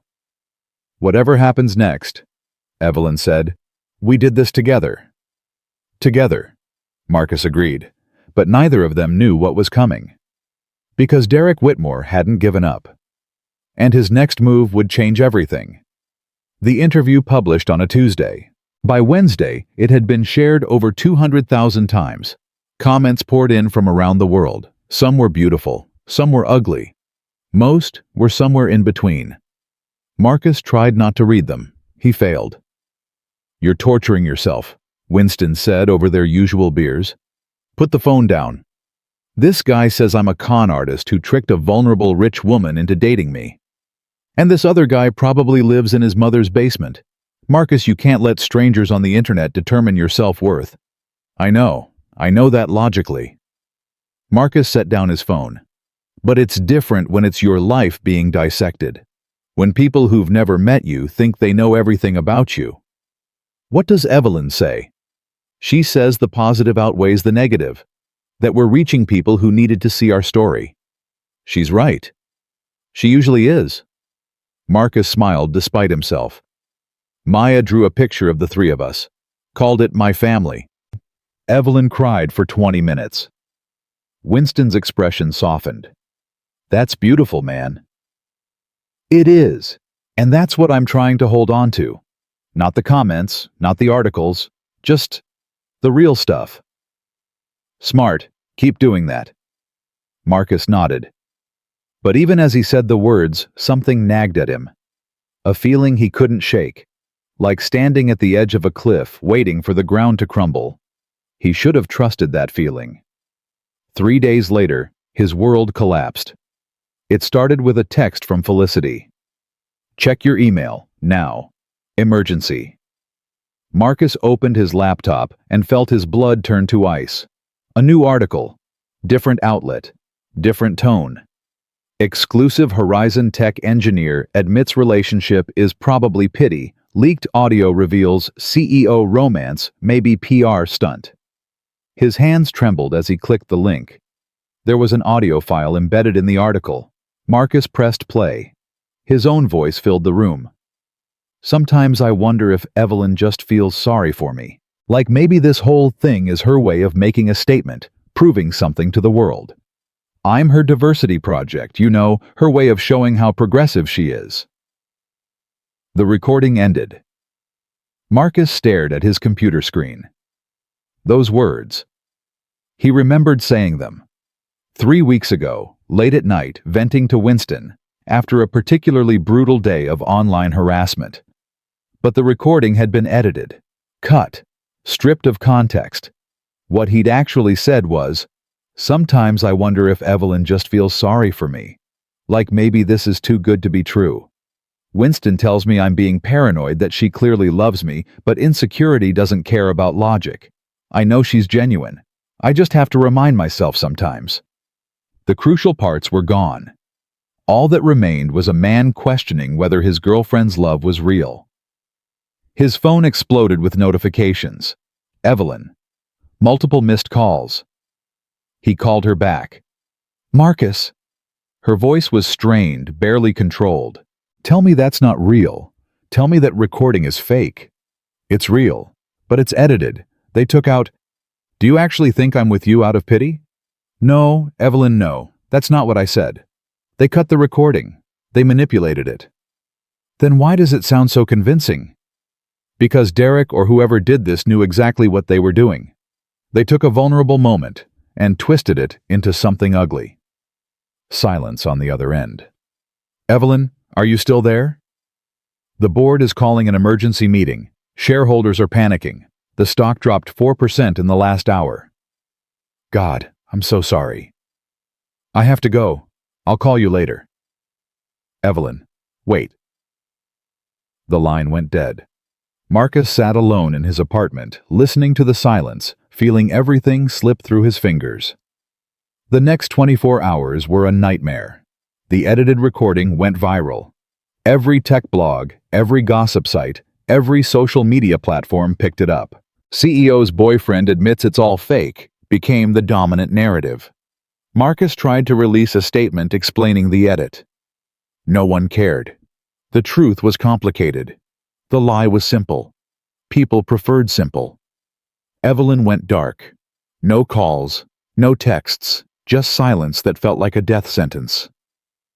And then, Maya came home from school crying. Daddy? She ran into his arms the moment Gloria dropped her off. Daddy, Kayla showed me her phone. She showed me something bad. Marcus's heart stopped. What did she show you, baby? A video. You were talking. You said Miss Evelyn feels sorry for you. You said she's pretending. Maya, that's not what I said. Someone edited it. They made it sound different than it really was. What's edited mean? It means they cut out pieces. Like if you recorded yourself saying, I love ice cream but I hate broccoli, and someone deleted the ice cream part. It would sound like you said, I hate broccoli. But that's not the whole truth. Maya's face scrunched up, trying to understand. So you didn't say those things? I said some of those words, but not in the way it sounds. I was actually talking about how much I love Miss Evelyn. They removed all the good parts. Why would someone do that? Because they want to hurt us. Some people are mean, baby. They don't want us to be happy. Maya's tears came faster. Kayla said her mom said Miss Evelyn is going to leave now, that everyone leaves you because something's wrong with you. The words hit Marcus like a physical blow. He held his daughter tighter, fighting to keep his voice steady. Nothing is wrong with me, Maya, and nothing is wrong with you. Kayla's mom is being cruel, and that says more about her than it does about us. But is Miss Evelyn going to leave? Marcus wanted to promise she wouldn't. He wanted to give his daughter the certainty she needed, but he couldn't lie to her. I don't know, baby. Things are complicated right now, but I promise you whatever happens, I will always be here. Always. Maya buried her face in his chest. I don't want her to go, Daddy. I love her. I know, sweetheart. I love her too. That night, after Maya finally fell asleep, Marcus sat on his couch and made a decision. He was destroying Evelyn's life, the company she'd built, the reputation she'd earned. Every day they stayed together, she lost something else. His phone buzzed. A text from an unknown number. Check your email. I have information about who leaked the recording. Marcus hesitated, then opened his email. A video file. No message. No sender name. He pressed play. Security footage from Horizon Tech. The office hallway 3 weeks ago. Marcus recognized the date. It was the night he'd stayed late, the night he'd called Winston from his office, venting about the harassment. In the footage, a figure crept toward Marcus's office door. Blake. Derek's former assistant. He held a phone, pressing it against the door, recording through the crack. Then another clip. Blake meeting Derek in a parking garage, handing over the phone. Then another. Derek on his laptop, editing the audio file, deleting sections, rearranging words. Finally, a photo. Derek sending the edited file to a journalist along with a check for $50,000. Marcus had proof. Undeniable proof. But who had sent this? His phone buzzed again. Derek Whitmore destroyed your life. Don't let him win. A friend. Marcus called Evelyn immediately. No answer. He called again. Voicemail. Evelyn, please call me back. I have proof. Someone sent me footage of Derek creating the fake recording. Blake recorded me through my office door. Derek edited the audio. I can prove everything. Please, just call me. He waited, and waited, and waited. At 2 a.m., his phone finally buzzed. Evelyn. I believe you, but the board doesn't care about context. They're calling for my resignation. If I fight them, I lose the company. If I don't fight, I lose anyway. I don't know what to do. Marcus typed back. What do you need? Space. Time. I need to figure out how to fix this without dragging you down further. You're not dragging me down. We're in this together. Are we? Because right now being with me is destroying your life. Maya is crying herself to sleep. Your reputation is ruined. All because I asked you to prove something to a man who wasn't worth proving anything to. Marcus read her words 3 times. Then he typed the hardest message of his life. Maybe you're right. Maybe we need to step back. Not because I don't love you, but because I'm hurting you. The company needs you focused. Maya needs stability. Maybe the best thing I can do for everyone is walk away. He pressed send before he could change his mind. Her response came 30 seconds later. Is that what you want? No. No, it wasn't what he wanted. It was the opposite of what he wanted. But Maya's tears haunted him. Evelyn's exhaustion haunted him. The knowledge that his presence was causing destruction haunted him. It's what you need, he typed. That's not an answer, Marcus. I know. If we do this, if we step back, I need you to understand something. What? I'm not choosing this, you are. And if I lose you because you decided to give up, I will never forgive either of us. Marcus stared at his phone. His chest ached. His eyes burned. I'm not giving up. I'm trying to protect you. I don't need protection. I need a partner. Someone who fights for me like I fight for them. I am fighting. I've been fighting since the day Derek opened his mouth. But maybe there's no winning this fight. Maybe the best I can do is stop making things worse. No response for 5 minutes, then 10, then 20. Finally, at nearly 3 a.m., one last message. Okay, Marcus, if that's what you think is best, take your space. Figure out what you actually want. I'll be here when you decide. The conversation ended, and Marcus sat alone in his apartment, wondering if he'd just made the worst decision of his life. The next 3 weeks were hell. Marcus went through the motions. Wake up, get Maya to school, go to work, avoid eye contact with everyone, come home, make dinner, pretend everything was fine. It wasn't fine. Maya knew something was wrong. She stopped asking about Miss Evelyn after the first week when Marcus's pained expression made it clear the topic hurt. Are you and Miss Evelyn still friends? She asked one night. We're taking a break, baby. Like when you and Uncle Winston didn't talk for a month after the fishing trip. Something like that. You and Uncle Winston made up. We did. Maya nodded solemnly. Then you and Miss Evelyn will too. Because you love each other, and love fixes things. Marcus hugged her, unable to speak. At work, the atmosphere was toxic. People who'd supported him now avoided eye contact. The whisper campaigns had worked.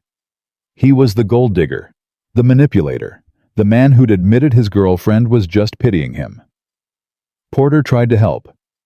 The truth will come out, Marcus. It always does. The truth already came out. No one listened. Then make them listen. You have that footage, right? The proof that Derek manufactured everything. Evelyn's team has it. They're working on a legal response. And you're just waiting? What else can I do? Fight, Marcus. Actually fight. Not this passive, self-sacrificing nonsense. Fight like your family depends on it. I don't have a family anymore. Don't you? Maya's still your daughter. Gloria's still your mother. And Evelyn. Evelyn and I are taking a break. Porter stared at him. A break you decided on. Because you thought walking away would somehow fix things. I was trying to protect her. You were trying to protect yourself. From the pain of watching her struggle. From the possibility of her choosing the company over you. You gave up before she could reject you. The words hit harder than Marcus expected. That's not fair. Maybe not. But is it true? Marcus couldn't answer. At home, Gloria gave him the same message, less gently. You're being a fool, Marcus Anthony. Mama. Don't mama me. That woman fought for you. In front of boards, in front of cameras, in front of her own mother. And the first time things got truly hard, you walked away. I didn't walk away. I gave her space. Space she didn't ask for. Space you decided she needed because it was easier than staying and fighting through the ugly parts. You don't understand the pressure she's under. I understand that love isn't just for the good times. Your father and I went through hell together. Financial struggles, health scares, family drama. Not once did either of us suggest stepping back. We held on tighter. This is different. How? Because it's public. Because people are watching. Gloria grabbed his face, forcing him to look at her. Boy, love is love. It doesn't change because the world is watching. It only changes if you let it. I'm scared, Mama. I'm scared I'm going to destroy her life. And not being there for her is somehow better, Marcus. That woman loves you. That child loves her. And you're letting fear make decisions that love should be making. What if I go back and she says no? Then at least you'll know you tried. Right now, all you know is that you gave up. Gloria released him and walked away. Marcus sat alone with her words echoing in his head. The call came at 2 p.m. on a Thursday. Felicity's voice was urgent. Turn on Channel 7, now. Marcus grabbed the remote. Evelyn was on screen. Not a press conference, not a formal statement. A live interview unannounced. Can confirm that the audio recording released last week was deliberately edited to misrepresent my partner's words. We have security footage showing former employee Derek Whitmore and his associate Blake Peterson recording a private phone conversation without consent, then editing the audio to remove crucial context. The interviewer leaned forward. You're saying this was a coordinated attack?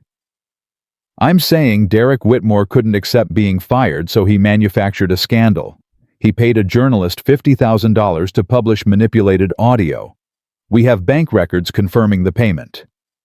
That's a serious allegation. It's a serious crime.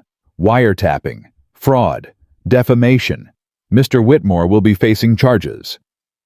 And what about the board's concerns regarding your relationship with Mr. Grant? Evelyn's expression hardened. The board can have concerns.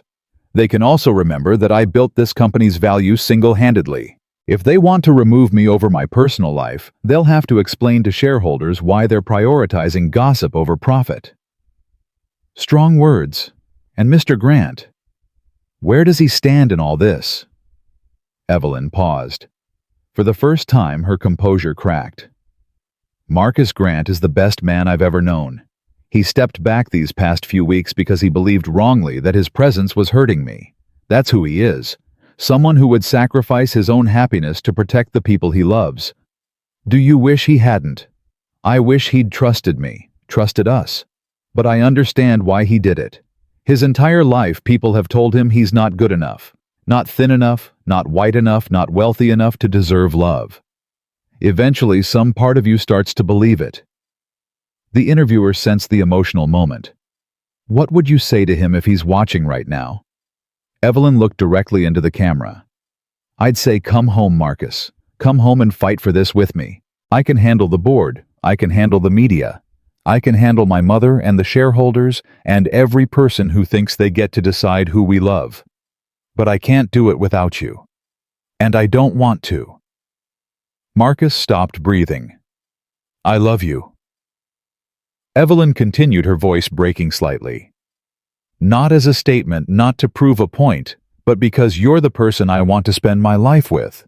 So please, stop protecting me. Start being with me. The interview cut to commercial. Marcus was already grabbing his keys. He drove to Horizon Tech at speeds that probably broke several laws. The lobby was chaos: journalists, employees, security guards trying to maintain order. Someone recognized him. That's him. That's Marcus Grant. Cameras turned. Microphones appeared. Questions flew from every direction. Marcus pushed through without stopping. Security saw him coming and, to his shock, parted to let him pass. Go on up, one guard said. She's in her office. The elevator ride felt eternal. When the doors opened, Felicity was waiting. She's inside. And Marcus? Yeah, about time. He opened the door. Evelyn was standing at the window, still in the outfit from the interview, arms wrapped around herself. She turned when she heard him enter. You came. I'm an idiot. You are. I should never have suggested stepping back. I should have stayed and fought with you. You should have. I was scared. Porter said I was protecting myself, and he was right. I was so terrified of losing you that I pushed you away first. I know. Evelyn, I love you. Not because you're powerful or rich or beautiful. Because you see me, the real me. And instead of running away, you stayed. I'm still staying. Even after I left. You didn't leave Marcus. You got scared. There's a difference. She walked toward him. And for the record, I've been scared too. This is terrifying. Loving someone this much, needing someone this much. But I'd rather be terrified with you than safe with anyone else. He pulled her into his arms. No more stepping back, he said. No more protecting each other by walking away. We fight together, whatever comes. Whatever comes, she agreed. They held each other for a long moment. Then Evelyn pulled back, her eyes fierce. There's one more thing. What? Derek's being arrested tonight. The police are executing a warrant for wiretapping, fraud, and conspiracy. His father's reputation is ruined. Blake already turned on him for a plea deal. So it's over. Almost. The board is meeting tomorrow. I'm going to address them publicly at the tech summit, in front of 2,000 employees and every major tech journalist in the city. What are you going to say? Evelyn smiled that fierce, determined smile that had made him fall in love with her in the first place. I'm going to tell them exactly who Derek Whitmore is, who I am, and who you are. And then I'm going to let them decide if they want to stand with hate or with love. That's a big gamble. Life's a gamble. But I've got pretty good odds. I've got you. Marcus kissed her a real kiss, filled with all the words he couldn't say. You've always had me, he whispered. Even when I was too stupid to stay. Don't ever be that stupid again. Deal. They walked out of the office together, hand in hand, past Felicity's knowing smile, past the staring employees, past the journalists still crowding the lobby. Tomorrow would bring the summit, the board, the final confrontation. But tonight, Marcus was going home to tell his daughter that Miss Evelyn was coming for dinner, and that she wasn't going anywhere. Not now. Not ever. Maya screamed when she saw Evelyn walk through the door. Not a scared scream. A scream of pure joy. She launched herself across the living room and into Evelyn's arms, with enough force to nearly knock them both over. You came back. Daddy said you needed space, but I knew you'd come back, I knew it. Evelyn held her tight, tears streaming down her face. I never left, sweetheart. Not really. I was always coming back to you. Promise. Cross my heart. Pinky promise. Whatever you need. Maya pulled back, studying Evelyn's face with that intense scrutiny only children possessed. Your eyes are red. Were you crying? Happy tears, baby, because I missed you so much. I missed you too. Maya wrapped her arms around Evelyn's neck again. Don't go away again, okay? It made Daddy sad. And when Daddy's sad, he burns the pancakes. Marcus laughed despite himself. Thanks for that, Maya. It's true. You burned them every morning. Evelyn met Marcus's eyes over Maya's shoulder. Every morning. I was distracted. By what? By missing you. By being an idiot. By wondering if I'd destroyed the best thing that ever happened to me. Maya wiggled down from Evelyn's arms. Grown-ups are weird. Can we have pizza for dinner? Grandma never lets me have pizza. Pizza sounds perfect, Evelyn said. Go wash your hands. Maya ran off, and suddenly Marcus and Evelyn were alone. She's incredible, Evelyn whispered. I forgot how incredible.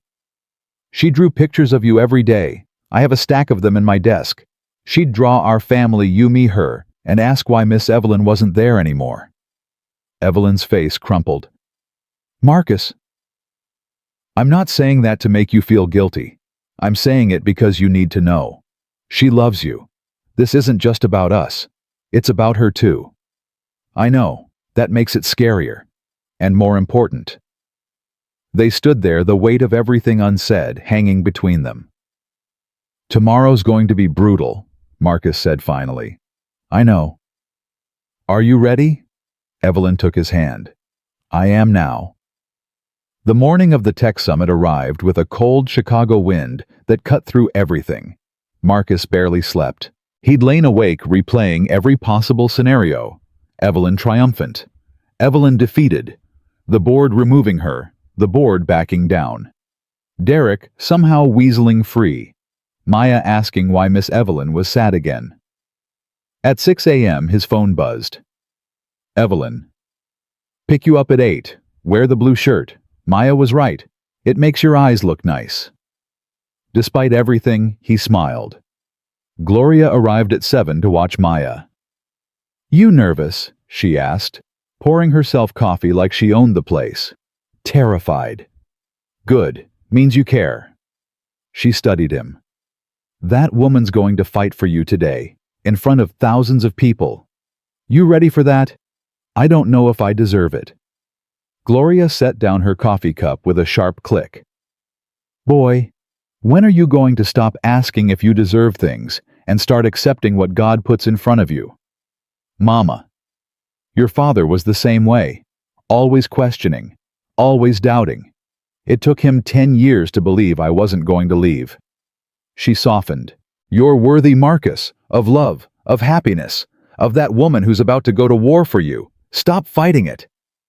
Maya ran in still in pajamas. Daddy, is today the big day? It is, baby. Are you going to watch Miss Evelyn talk to the mean people? I'm going to be right there with her. Maya nodded seriously. Tell her I said good luck, and that if anyone's mean to her, I'll kick them in the shins. Gloria choked on her coffee. Where did she learn that? Jimmy at school, Marcus and Maya said simultaneously. Lord help us all. The car arrived at 8 sharp. Marcus kissed Maya goodbye, hugged his mother, and stepped outside to face whatever was coming. Evelyn was waiting in the back seat. She looked flawless, sharp black suit hair, perfectly styled makeup, hiding the exhaustion Marcus knew was underneath. Ready, she asked. As I'll ever be. Liar. Complete liar. I'm about to throw up. Please don't. This suit is Armani. He laughed and some of the tension broke. She took his hand. Whatever happens today, I need you to know something. What? I'm doing this for us, not for the company, not for my reputation. For us. For Maya. For the family I want to build with you. Evelyn, let me finish. If the board votes me out today, I'll survive. I'll find another company or start my own. But if I lose you, if I let Derek's hatred destroy what we have, that I won't survive. Marcus leaned over and kissed her. Soft, gentle, full of everything he couldn't put into words. You're not losing me, he said. Not today. Not ever. Promise. Cross my heart. Pinky promise. Whatever you need. She laughed, recognizing Maya's words. Our daughter is a good influence on you. Our daughter. The words hit Marcus like a wave. Yeah, he said quietly. She is. The summit was chaos. 2,000 employees packed the main convention hall. Journalists lined the walls. Camera crews had set up in every corner. The story of Horizon Tech's CEO and the scandal that had rocked the tech world had drawn national attention. Marcus entered through a side door with Felicity avoiding the main crowd. He'd agreed to stay backstage until Evelyn called for him. This was her battle. She needed to lead. Nervous? Felicity asked. Is it that obvious? You're sweating through your shirt. Fantastic. She's got this Marcus. I've worked with her for 5 years. When Evelyn Cross commits to something, she doesn't lose. Derek's father is on the board. Richard Whitmore has connections everywhere. What if they vote against her? Then we adapt. But they won't. How can you be sure? Felicity smiled, the first genuine smile Marcus had ever seen from her. Because I've been quietly feeding financial journalists information about Richard Whitmore's creative accounting for the past 3 weeks. If he tries anything today, his own scandals will hit the news before sunset. Marcus stared at her. You did that? I protect my boss, Mr. Grant, by any means necessary. Remind me never to cross you. Smart man? The lights in the hall dimmed. A hush fell over the crowd. Marcus watched on a backstage monitor as Evelyn took the stage. She looked small against the enormous screen behind her. But when she spoke, her voice filled every corner of the room. Good morning. Thank you all for being here. I know the past few weeks have been difficult, confusing, filled with rumors and accusations and headlines designed to sell clicks rather than tell truth. Today, I'm going to clear the air. She pressed a button on her remote. The screen behind her lit up with the security footage Blake recording through Marcus's office door. 3 weeks ago, this footage was captured by our security systems. It shows former employee Blake Peterson recording a private phone conversation without consent. That recording was then edited to misrepresent what was actually said. Another click. The screen split the original audio playing alongside the edited version. The contrast was damning. Marcus's actual words full of love and vulnerability versus the cruel distortion Derek had created. Murmurs rippled through the crowd. The edited recording was sold to a journalist for $50,000. Bank records appeared on screen. The payment came from Derek Whitmore, son of board member Richard Whitmore, a man who was terminated from this company for harassment and sabotage, and who apparently decided that if he couldn't work here, he'd destroy us from the outside. Evelyn paused, letting the information sink in. Derek Whitmore was arrested last night. He's facing charges for wiretapping, fraud, and conspiracy. His associate Blake Peterson has already entered a plea deal. Gasps from the audience, cameras flashing, journalists furiously typing. But this isn't just about Derek. It's about something bigger, something we need to address as a company and as a society. Evelyn set down her remote. When Marcus Grant and I began our relationship, the first thing people said wasn't "congratulations." It wasn't "how wonderful." The first thing people said was "why?" Why would a CEO date a software engineer? Why would a thin woman date a larger man? Why would a white woman date a black man? Why would anyone choose a single father with baggage? Her voice cracked slightly. Those questions reveal something ugly about our culture. The assumption that love must be transactional, that people only choose partners who enhance their status, that anyone who defies those expectations must be lying, manipulating, or virtue signaling. She looked directly at the camera. I didn't choose Marcus Grant to make a statement. I chose him because he's the kindest, most hardworking, most genuine person I've ever known. I chose him because when I'm with him, I don't have to be the CEO. I can just be Evelyn. I chose him because his daughter Maya makes me want to be a better person. And I chose him because love doesn't give a damn about what people think it should look like. The hall was completely silent. Some of you are uncomfortable right now. Some of you are wondering if I've lost my mind.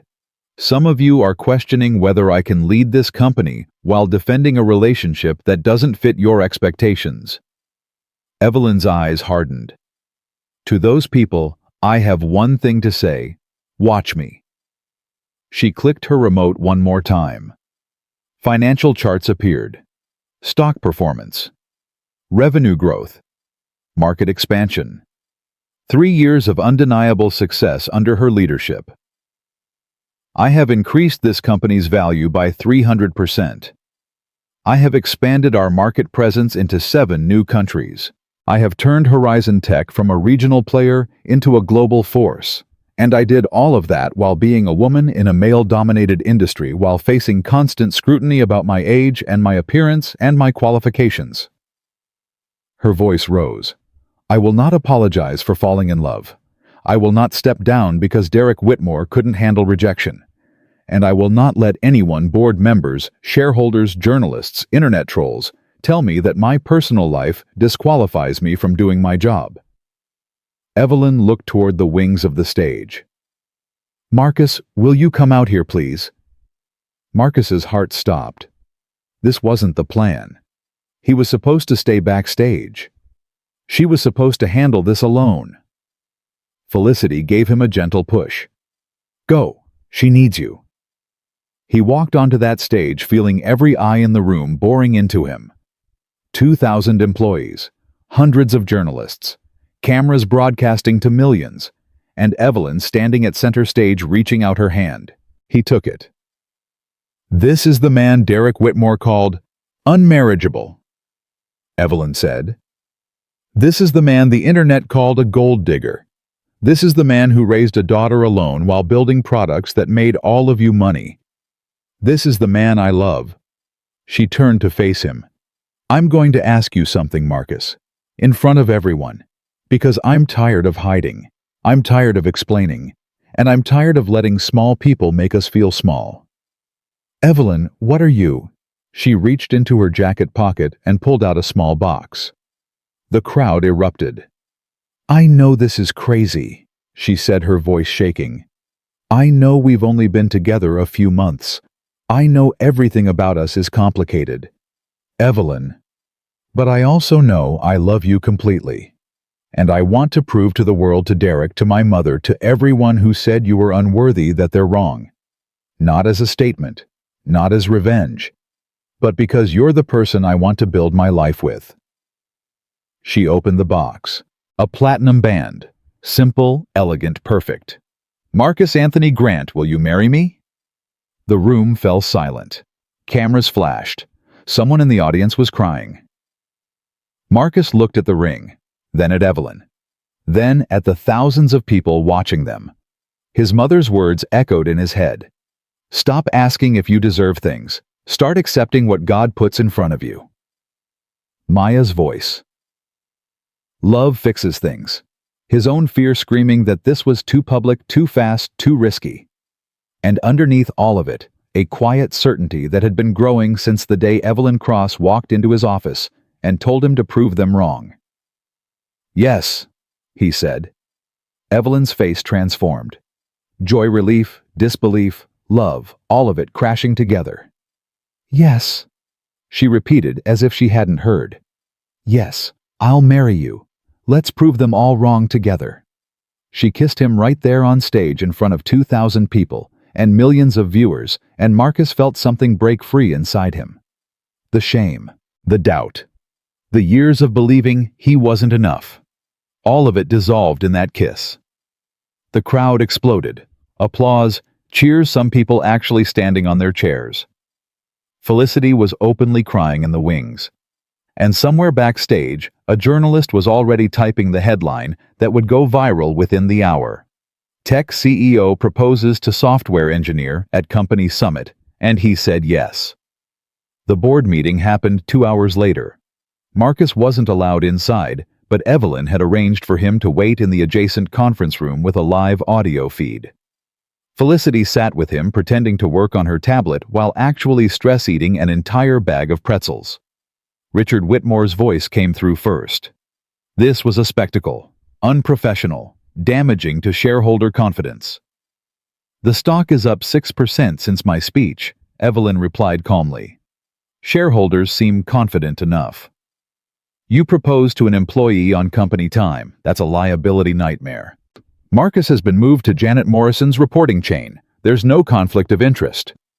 The media attention alone is overwhelmingly positive. Our social media engagement is up 400%. Brand awareness metrics are through the roof.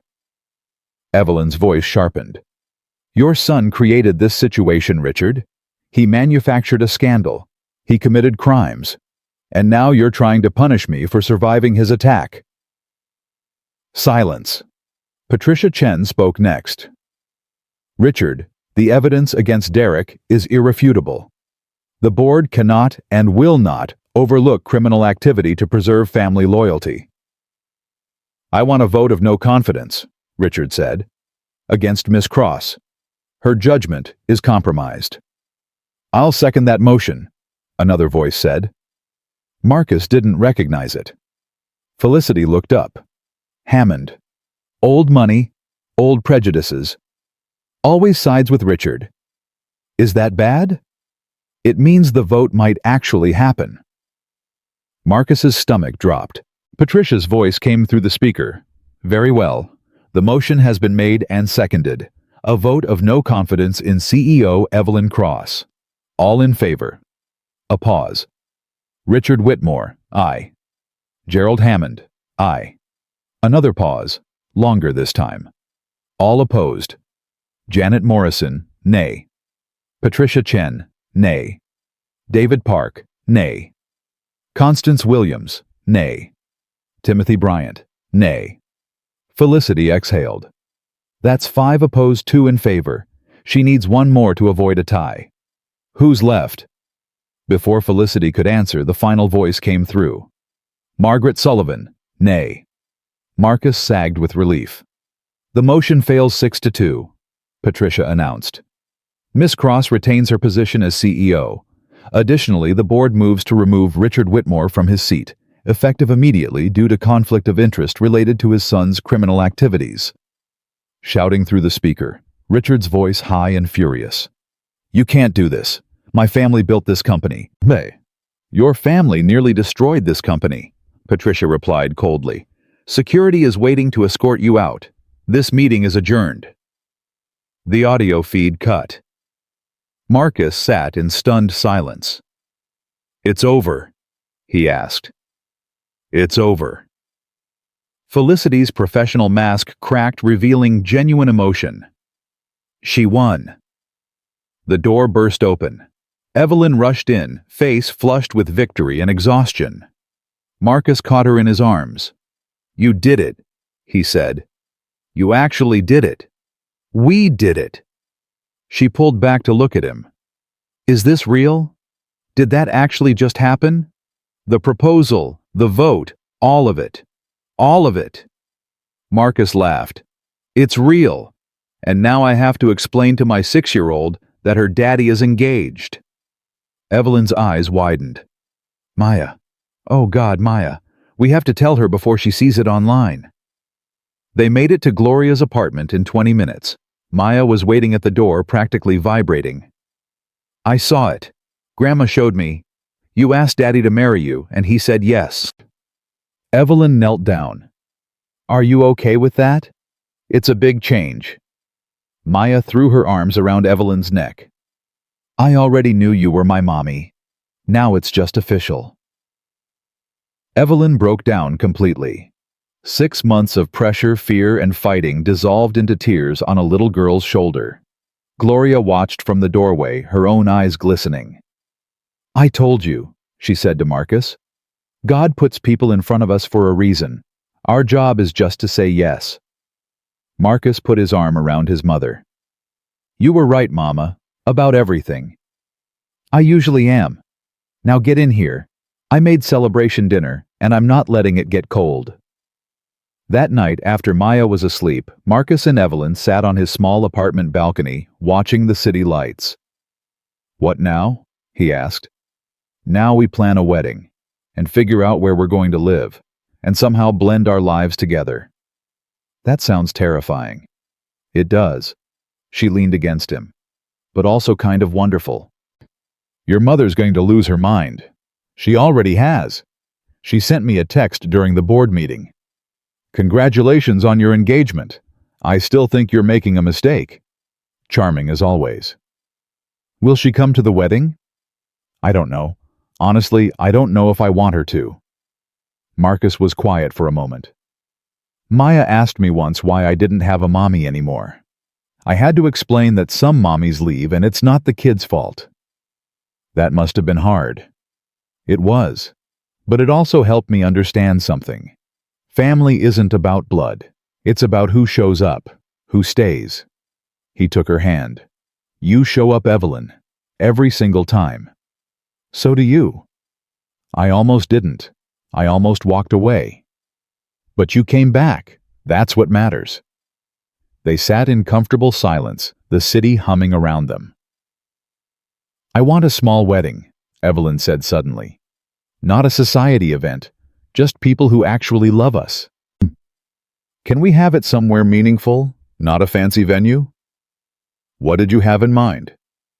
"There's a park near where I grew up. Maya loves it. My father proposed to my mother there." Evelyn smiled. "That sounds perfect." "Your mother will hate it." "Even better." Marcus laughed, and for the first time in months, the future didn't feel terrifying. It felt like coming home. The next few weeks blurred together. Wedding planning, media interviews, adjusting to their new reality as Chicago's most talked about couple. Derek's trial made headlines. He'd tried to plead not guilty, but the evidence was overwhelming. Blake's testimony, the security footage, the financial records. He was facing 3 to 5 years for wiretapping alone. Marcus didn't feel satisfaction watching Derek led into court, just relief that it was over. "Does it feel like justice?" Winston asked over their usual beers. "It feels like closure. Different thing." "What about his father, Richard?" "Gone. Lost his board seat, his reputation, most of his social standing. I heard he's moving to Florida." "Florida. That's where disgraced rich people go to die." "Something like that." Winston raised his glass. "To karma. To moving on." They drank. "So, Winston said, "Best man." "Obviously." "Even after I told you to get your head out of your ass and fight for her." "Especially after that, I needed to hear it." "Good, because I already bought a suit. It was expensive. You're not allowed to elope." Marcus laughed.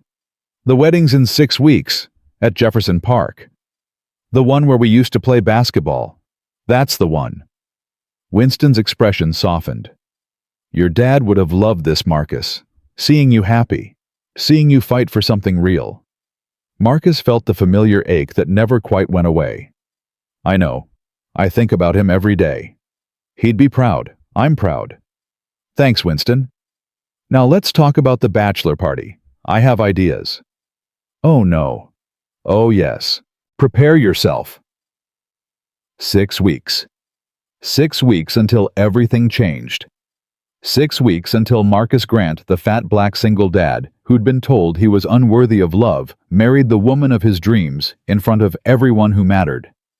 And somewhere in the city, Maya was drawing wedding pictures, already calling Evelyn Mommy, when she thought no one was listening. The world had tried to break them. It had failed. The morning of the wedding arrived wrapped in unexpected chaos. Marcus woke to 17 missed calls from Winston, a frantic text from Felicity, and the sound of someone pounding on his apartment door. He stumbled out of bed, heart racing. Maya was at Gloria's. Evelyn had stayed at a hotel for tradition's sake. Something was wrong. Winston stood in the hallway, still in his pajamas. "We have a problem." "What kind of problem?" "Derek kind of problem." Marcus's blood went cold. "He's in jail. His trial isn't for another month. He made bail last night. Some anonymous donor posted $2 million. That's not possible. Who would?" "His mother. Apparently she liquidated her trust fund." Winston pushed past him into the apartment. "It gets worse. He gave an interview this morning. Live television. He's claiming everything was fabricated, that you and Evelyn manufactured the evidence against him." Marcus grabbed his phone, pulled up the news. Derek's face filled the screen. Orange jumpsuit replaced by an expensive suit. That same smug smile slightly dimmed but still there. "I was set up," Derek was saying. "Evelyn Cross wanted me gone because I knew her little romance was fake. The security footage was doctored. The bank records were planted. She has the resources to manufacture anything." The interviewer leaned forward. "Those are serious allegations, Mr. Whitmore. I'm prepared to prove them. I have witnesses, documentation, everything." Marcus's hands shook. Today was supposed to be the happiest day of his life, and Derek was trying to destroy it. Again. His phone buzzed. "Evelyn." "I saw it," he said immediately. "What do we do?" "Nothing. Nothing. He's on national television calling us liars. And the more attention we give him, the more power he has." Evelyn's voice was steady, but Marcus could hear the steel underneath. "Today is our wedding day, Marcus. Derek Whitmore does not get to steal that from us." "But Felicity is already on it. Legal is filing a defamation suit by noon. The police are looking into whether he violated his bail conditions. We have everything handled." "It doesn't feel handled." "It will. Trust me." She paused. "Do you trust me?" Marcus closed his eyes, breathed. "Yes, I trust you." "Then get dressed, marry me, and let Derek Whitmore rot in the irrelevance he deserves." She hung up. Marcus looked at Winston. "You heard her?" "I did. And she's right." Winston clapped him on the shoulder. "Today's about you and Evelyn and Maya. Not him. Never him again." I know that logically." "Then let's make the logic emotional. Shower, suit, park, wife, in that order." Marcus managed a weak smile. "When did you become the reasonable one?" "Since you started dating a CEO and I had to level up." 2 hours later, Marcus stood at the entrance to Jefferson Park wearing a suit that cost more than his first car. Gloria had insisted on paying for it. "My son is not getting married in something off the rack," she'd said, brooking no argument. Winston stood beside him, adjusting his own suit for the 100th time. "You nervous?" "Terrified," Marcus admitted. "Good. Means you're taking it seriously." The park was transformed. Simple but beautiful. White chairs arranged in rows. An arch covered in flowers that Maya had helped choose. 50 guests, family close friends, colleagues who had become allies. No society reporters, no board members. Just people who genuinely loved them. Gloria appeared resplendent in a purple dress that made her look 20 years younger. "She's ready," Gloria said, her eyes already wet. "And Marcus, she's beautiful." "I know, Mama." "No, baby. You don't know. Wait until you see her." The music started.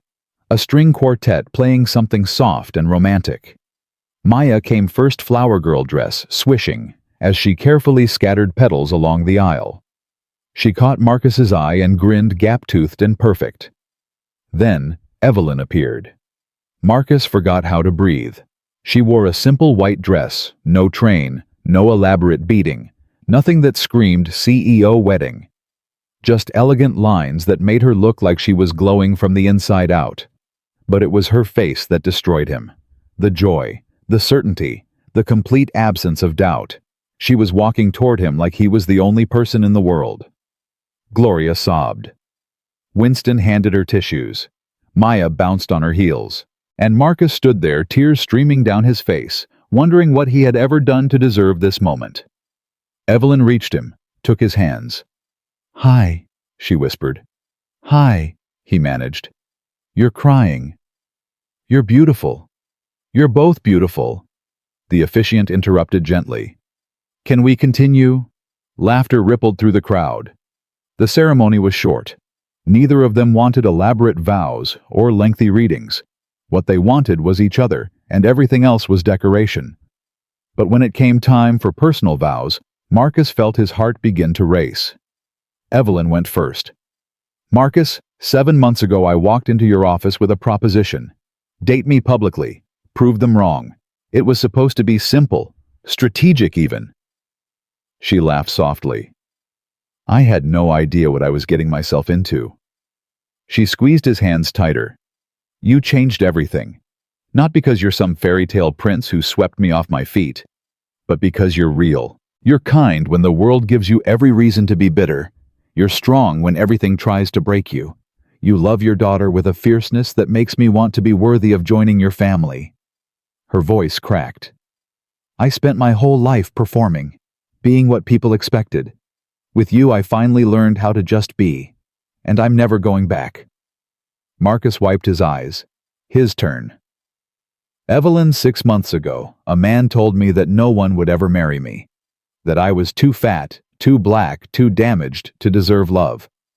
And I almost believed him. I had believed it my whole life." He looked at their joined hands.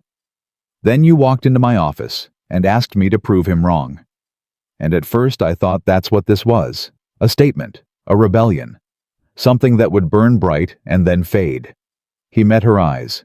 "But you stayed. Through the scandal and the media and my own stupidity when I tried to walk away. You stayed. You showed up. Again and again and again." Maya's voice cut through. "That's what love is. Daddy." Laughter. More tears. "Our daughter is right." Marcus continued smiling. "That's what love is. Showing up.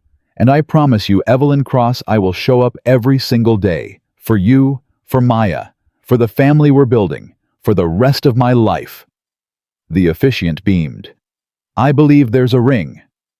Maya ran forward with the ring box, nearly tripping over her own feet. She handed it to Marcus with exaggerated solemnity. "Don't drop it, Daddy." "I won't, baby." He slid the ring onto Evelyn's finger. She slid his onto his.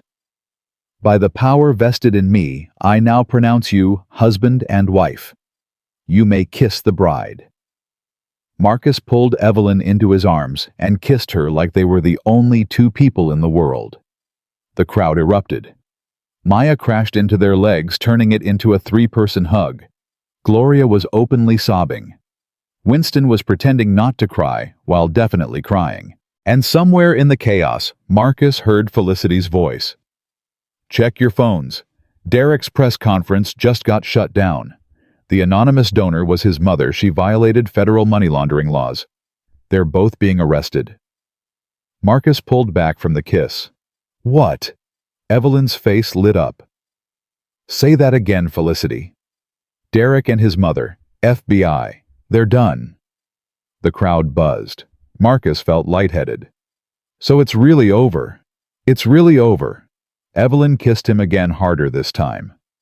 "Best wedding gift ever," she murmured against his lips. The reception was held in a community center 2 blocks from the park. Not glamorous, but it meant something.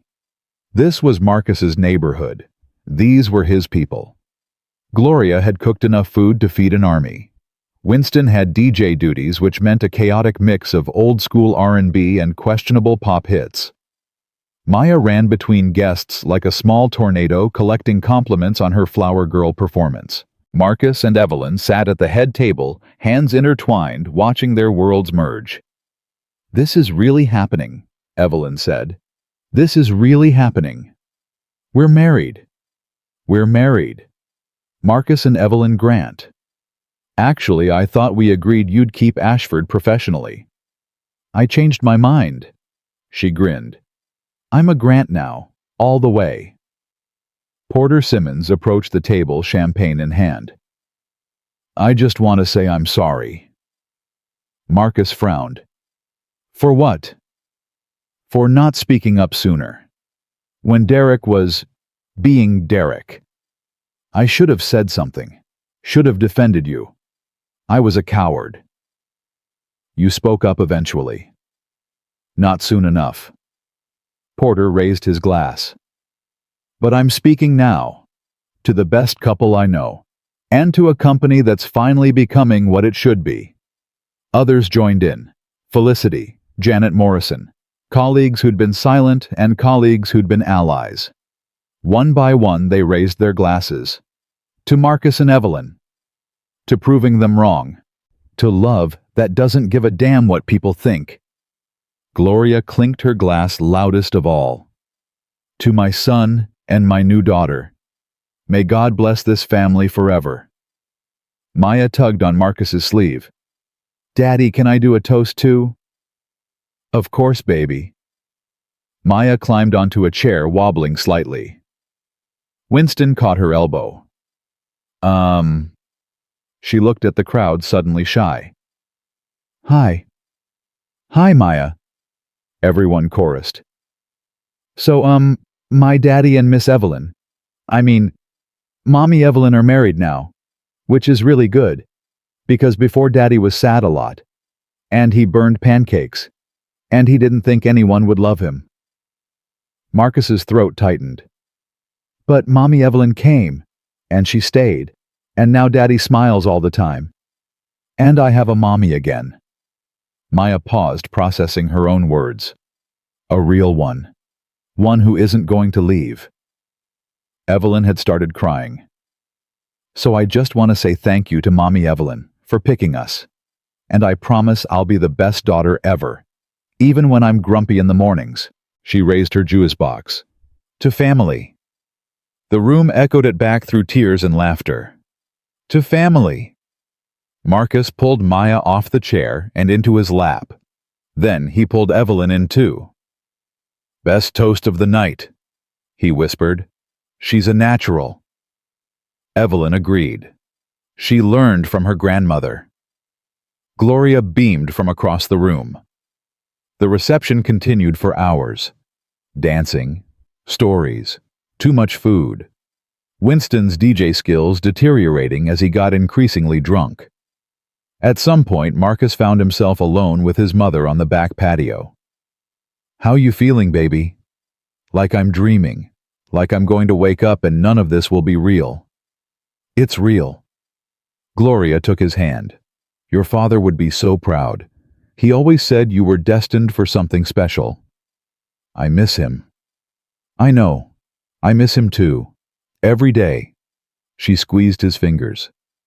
But I see him in you. The way you love. The way you fight. The way you never give up even when the world is cruel. I almost gave up. With Evelyn, I almost walked away. Almost doesn't count. You came back, that's what matters. They stood in comfortable silence. She's good, Marcus. Evelyn. She's good for you, and she's good for Maya. I know. And you're good for her. Don't forget that part. I'm trying not to. Gloria hugged him, the same hug she'd given him since childhood, warm and all-encompassing. Be happy, baby. You've earned it. I love you, Mama. I love you too. Now go find your wife. It's almost time for the bouquet toss. Marcus found Evelyn in the middle of the dance floor, swaying with Maya in her arms. The song was slow. Something about forever. Something about home. He joined them, wrapping his arms around both. Room for one more, always, Evelyn said. They danced together, the three of them, while the guests watched and cameras flashed and the world outside continued spinning. For just this moment, nothing else existed. The honeymoon would have to wait. Real life didn't pause for weddings. But they carved out 1 week, a cabin in Wisconsin, far from the city and the noise and the constant attention. Maya stayed with Gloria, video calling every night to show off her latest drawings. I drew our house, she announced on the third night. It has a big yard and a dog and a room for the baby. Marcus and Evelyn exchanged glances. What baby, sweetheart? Evelyn asked carefully. The one you're going to have. Duh. Maya said it like it was the most obvious thing in the world. I asked Grandma if I could have a brother or sister, and she said to ask God. So I did. And I think he said yes. After Maya hung up, Evelyn turned to Marcus. Did we just get baby requested by a 6-year-old? I think we did. How do you feel about that? Marcus considered. A year ago, he couldn't imagine anyone wanting to build a life with him. Now he had a wife, a daughter, a family beyond anything he'd dreamed. I feel like anything is possible, he said. Is that a yes? That's a, let's see what happens. We just got married. We have time. Evelyn smiled. We do. We have all the time in the world. They went back to Chicago, refreshed, renewed, ready. The real work began immediately. Evelyn returning to Horizon Tech with renewed energy. Marcus transferring to a new department completely separate from her oversight. Maya starting 2nd grade with stories about her new mommy that made her teachers tear up. 3 months after the wedding, Derek Whitmore was sentenced to 5 years in federal prison. His mother got 2. Richard Whitmore's name was erased from every Horizon Tech building. Marcus watched the sentencing on his phone alone in his office. He didn't feel triumphant. He didn't feel vindicated. He just felt tired. Evelyn called immediately after. You okay? Yeah, I think so. It's really over now, like legally over. I know. Why do you sound sad? Marcus sighed. Because I wasted so many years believing what people like Derek said about me. Believing I was unworthy, unlovable, less than. And now it's over, and I can't get those years back. Evelyn was quiet for a moment. You're right. You can't get them back. But you can make sure Maya never feels that way. You can build a life that proves every cruel word wrong. You can choose to look forward instead of back. When did you become so wise? I married a good man. He's been a positive influence. Marcus laughed despite himself. I love you. I love you too. Now come home. Maya's making a congratulations, Derek is in jail cake with your mother, and I'm genuinely afraid of the results. I'm on my way. 1 year later, the brownstone in Brooklyn had been Evelyn's idea. A fresh start. New city. Neutral ground that belonged to neither of their old lives, but to the new life they were building together. Marcus stood at the kitchen counter making pancakes. He hadn't burned them in months. Maya sat at the table now, 7 and full of opinions about everything. Daddy, you need to add chocolate chips. These are regular pancakes, baby. Regular pancakes are boring. Your mother likes regular pancakes. Mommy eats healthy stuff because she has to, not because she wants to. From the hallway, Evelyn's voice. She's not wrong. Marcus turned. Evelyn was walking carefully, one hand on the wall, the other on her very pregnant belly. Sit down, Marcus said immediately. I'll bring them to you. I can walk, Marcus. I'm pregnant, not invalid. You're 8 months pregnant. The doctor said to take it easy. The doctor also said light exercise is good. Walking from the bedroom to the kitchen is not exercise. It feels like a marathon right now. She lowered herself into a chair with a groan. Maya immediately put her hand on Evelyn's stomach. Is Elijah moving? He's been moving all night. I think he's training for the Olympics. Maybe he'll be a soccer player. Like me. Maybe he will. Marcus set a plate of pancakes with chocolate chips because Maya always won in front of his wife. How are you feeling? Like a whale. A very loved whale. Evelyn smiled, but also happy. Terrified and happy. That's parenthood. I'm already a parent. You're about to be a parent of 2. Whole different game. Maya piped up, Don't worry, Mommy. I'll help. I'm really good with babies.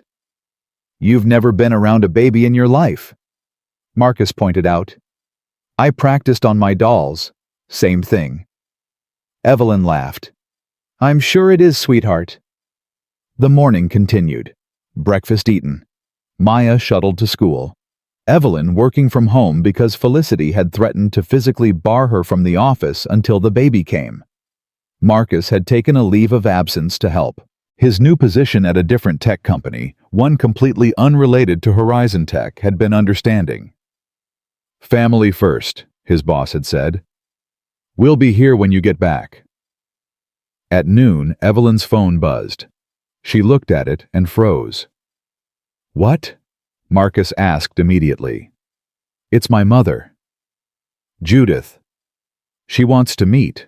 She's in New York. Marcus sat down slowly. What do you want to do? I don't know. Evelyn stared at the phone. She's been silent for almost 2 years. Why now? The baby maybe. She hasn't acknowledged I was pregnant. I sent the announcement. She never responded. Maybe she's ready now. Evelyn's jaw tightened. She doesn't get to be ready on her schedule. She doesn't get to walk back into my life because suddenly having a grandchild seems appealing. Okay. It's your decision. I'll support whatever you choose. Evelyn was quiet for a long moment. What would you do? Honestly, I'd meet her. Not to forgive her, that takes time, but to close the door properly if that's what I wanted, or to leave it open a crack if there was any chance of reconciliation. You make it sound simple. It's not simple, but you've been carrying this weight for 2 years. Maybe it's time to set it down one way or another. Evelyn looked at her phone again. Then she typed a response. Tomorrow, 2 p.m. There's a cafe near our place. Come alone. She sent it before she could change her mind. That was either brave or stupid, she said. Probably both. Marcus kissed her forehead. But that's usually how the best decisions feel. Judith Cross arrived exactly on time. She looked older than Marcus remembered. Grayer, thinner, some of her sharp edges worn down. Evelyn had insisted on going alone. Marcus waited at home phone nearby, ready to rescue her if needed. The cafe was quiet. Neutral territory. Public enough that neither woman could cause a scene. Evelyn, Judith's voice was tentative. Thank you for seeing me. I haven't decided if this was a good idea yet. That's fair. They sat in awkward silence. I came because I need to say something, Judith finally continued. And I need you to hear it without interrupting. Evelyn crossed her arms. Go ahead. I was wrong. About Marcus. About your marriage. About everything. Judith's voice cracked slightly. I've spent 2 years watching from a distance while you built a life without me. A beautiful life. A family. And I realized that my prejudice, because that's what it was, prejudice cost me my daughter. Evelyn said nothing. I'm not asking for forgiveness. I don't deserve it. I'm asking for a chance. A chance to know my grandchild. A chance to know the man who makes you happy. A chance to be part of something I tried so hard to destroy. Why now? Because Richard Whitmore was arrested, and I saw what hate does. I saw where it leads, and I don't want to become that. Judith's composure finally broke. I'm so sorry, Evelyn, for everything I said, for abandoning you when you needed me, for choosing pride over love. Evelyn watched her mother cry. Something shifted in her chest, not forgiveness, not yet, but something adjacent to it. I'm due in 4 weeks, she said finally. A boy, Elijah Marcus. Judith looked up, hope dawning. Marcus's father was named Raymond. We're giving Elijah his middle name. That's beautiful. And this is a big, if you want to be part of our lives, you need to understand something. Marcus is my husband. Maya is my daughter. This family is everything to me.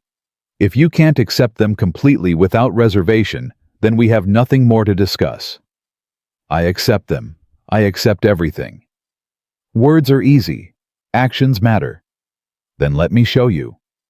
Judith reached across the table. Please, Evelyn, let me try. Evelyn looked at her mother's outstretched hand. Then slowly she took it. One chance. That's all you get. And if you hurt my family, any of them, we're done forever. I understand. Good. Now tell me about what you've been doing for 2 years while pretending I didn't exist. It wasn't reconciliation. Not yet. But it was a beginning. Elijah Marcus Grant entered the world screaming. 3 weeks early, perfectly healthy, absolutely furious about being evicted from his comfortable home. Marcus held his son for the first time and felt his heart expand in ways he didn't know were possible. He looks like you, Evelyn said from the hospital bed. Poor kid. Stop, he's perfect. Maya burst through the door, barely contained by Gloria. Let me see, let me see. Marcus knelt down, showing her the tiny bundle. Maya, meet your brother, Elijah. Maya's eyes went wide. He's so small. He'll grow. Can I hold him? When Mommy says it's okay. Evelyn nodded. Come here, sweetheart. Sit next to me. Maya climbed onto the bed, careful not to jostle anything. Marcus placed Elijah in her arms, keeping his hands close just in case. Hi, Elijah, Maya whispered. I'm your big sister. I'm going to teach you everything, like soccer and drawing and how to get Daddy to give you extra dessert. I heard that, Marcus said. I know. Evelyn laughed, then winced. Don't make me laugh. Everything hurts. Sorry, Mommy. Gloria took approximately 1,000 photos. Felicity arrived with balloons. Winston brought a onesie that said, My uncle is cooler than yours. And somewhere in the chaos, Marcus looked at his wife, his daughter, his newborn son, and understood something fundamental.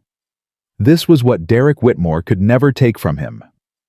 This was what every cruel word and racist comment and fatphobic joke could never diminish. This was love in its purest form. 2 years later, Marcus sat on the porch of their Brooklyn brownstone, watching Maya teach Elijah how to kick a soccer ball. At 9, she had become a fierce protector and patient teacher. At 2, Elijah had become her most devoted follower. Evelyn came out with coffee, settling into the chair beside him. What are you thinking about? Everything. Nothing. He took the coffee. That day in the conference room, when Derek said no one would ever marry me. Why? Because I'm trying to remember what it felt like to believe him, and I can't anymore. Evelyn smiled. Good. He took 5 years from me, you know.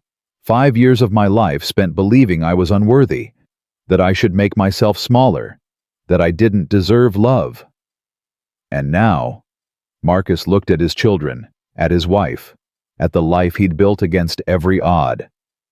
Now I know the truth. The truth that Derek was too small to see. The truth that took me 35 years to learn. What truth is that? Marcus set down his coffee, took Evelyn's hand. That love isn't about fitting into someone else's definition of acceptable. It's about finding someone who sees the real you, every flaw, every strength, every piece, and chooses you anyway. He looked at her. You chose me, Evelyn, when nobody else would, when I wouldn't even choose myself. And that changed everything. You would have found your way eventually. Maybe, but I'm glad I didn't have to. He kissed her hand. Thank you for seeing me, for fighting for me, for building this life with me. Thank you for letting me. Maya's voice cut through. Mommy, Daddy. Elijah kicked it really far. Did you see? We saw baby. It went all the way to the fence. Amazing. Elijah toddled over, arms raised. Marcus scooped him up. Dada, Elijah said. Ball. Yes, buddy. Ball. Maya ran up, breathless. Can we get ice cream? Eli did really good. Eli getting ice cream means Maya getting ice cream. Obviously. Evelyn laughed. Logic checks out. Let's go. They walked together, the four of them, toward the ice cream shop around the corner. Maya holding Elijah's hand. Marcus holding Evelyn's. A family that shouldn't exist according to every narrow definition. A family that existed anyway, beautifully and completely. Because love didn't care about definitions. Love only cared about choosing each other again and again in spite of everything. And Marcus Grant, the man they said no one would ever marry, had chosen and been chosen in return. That was his proof. That was his victory. That was his life. And it was more than enough. It was everything. The end.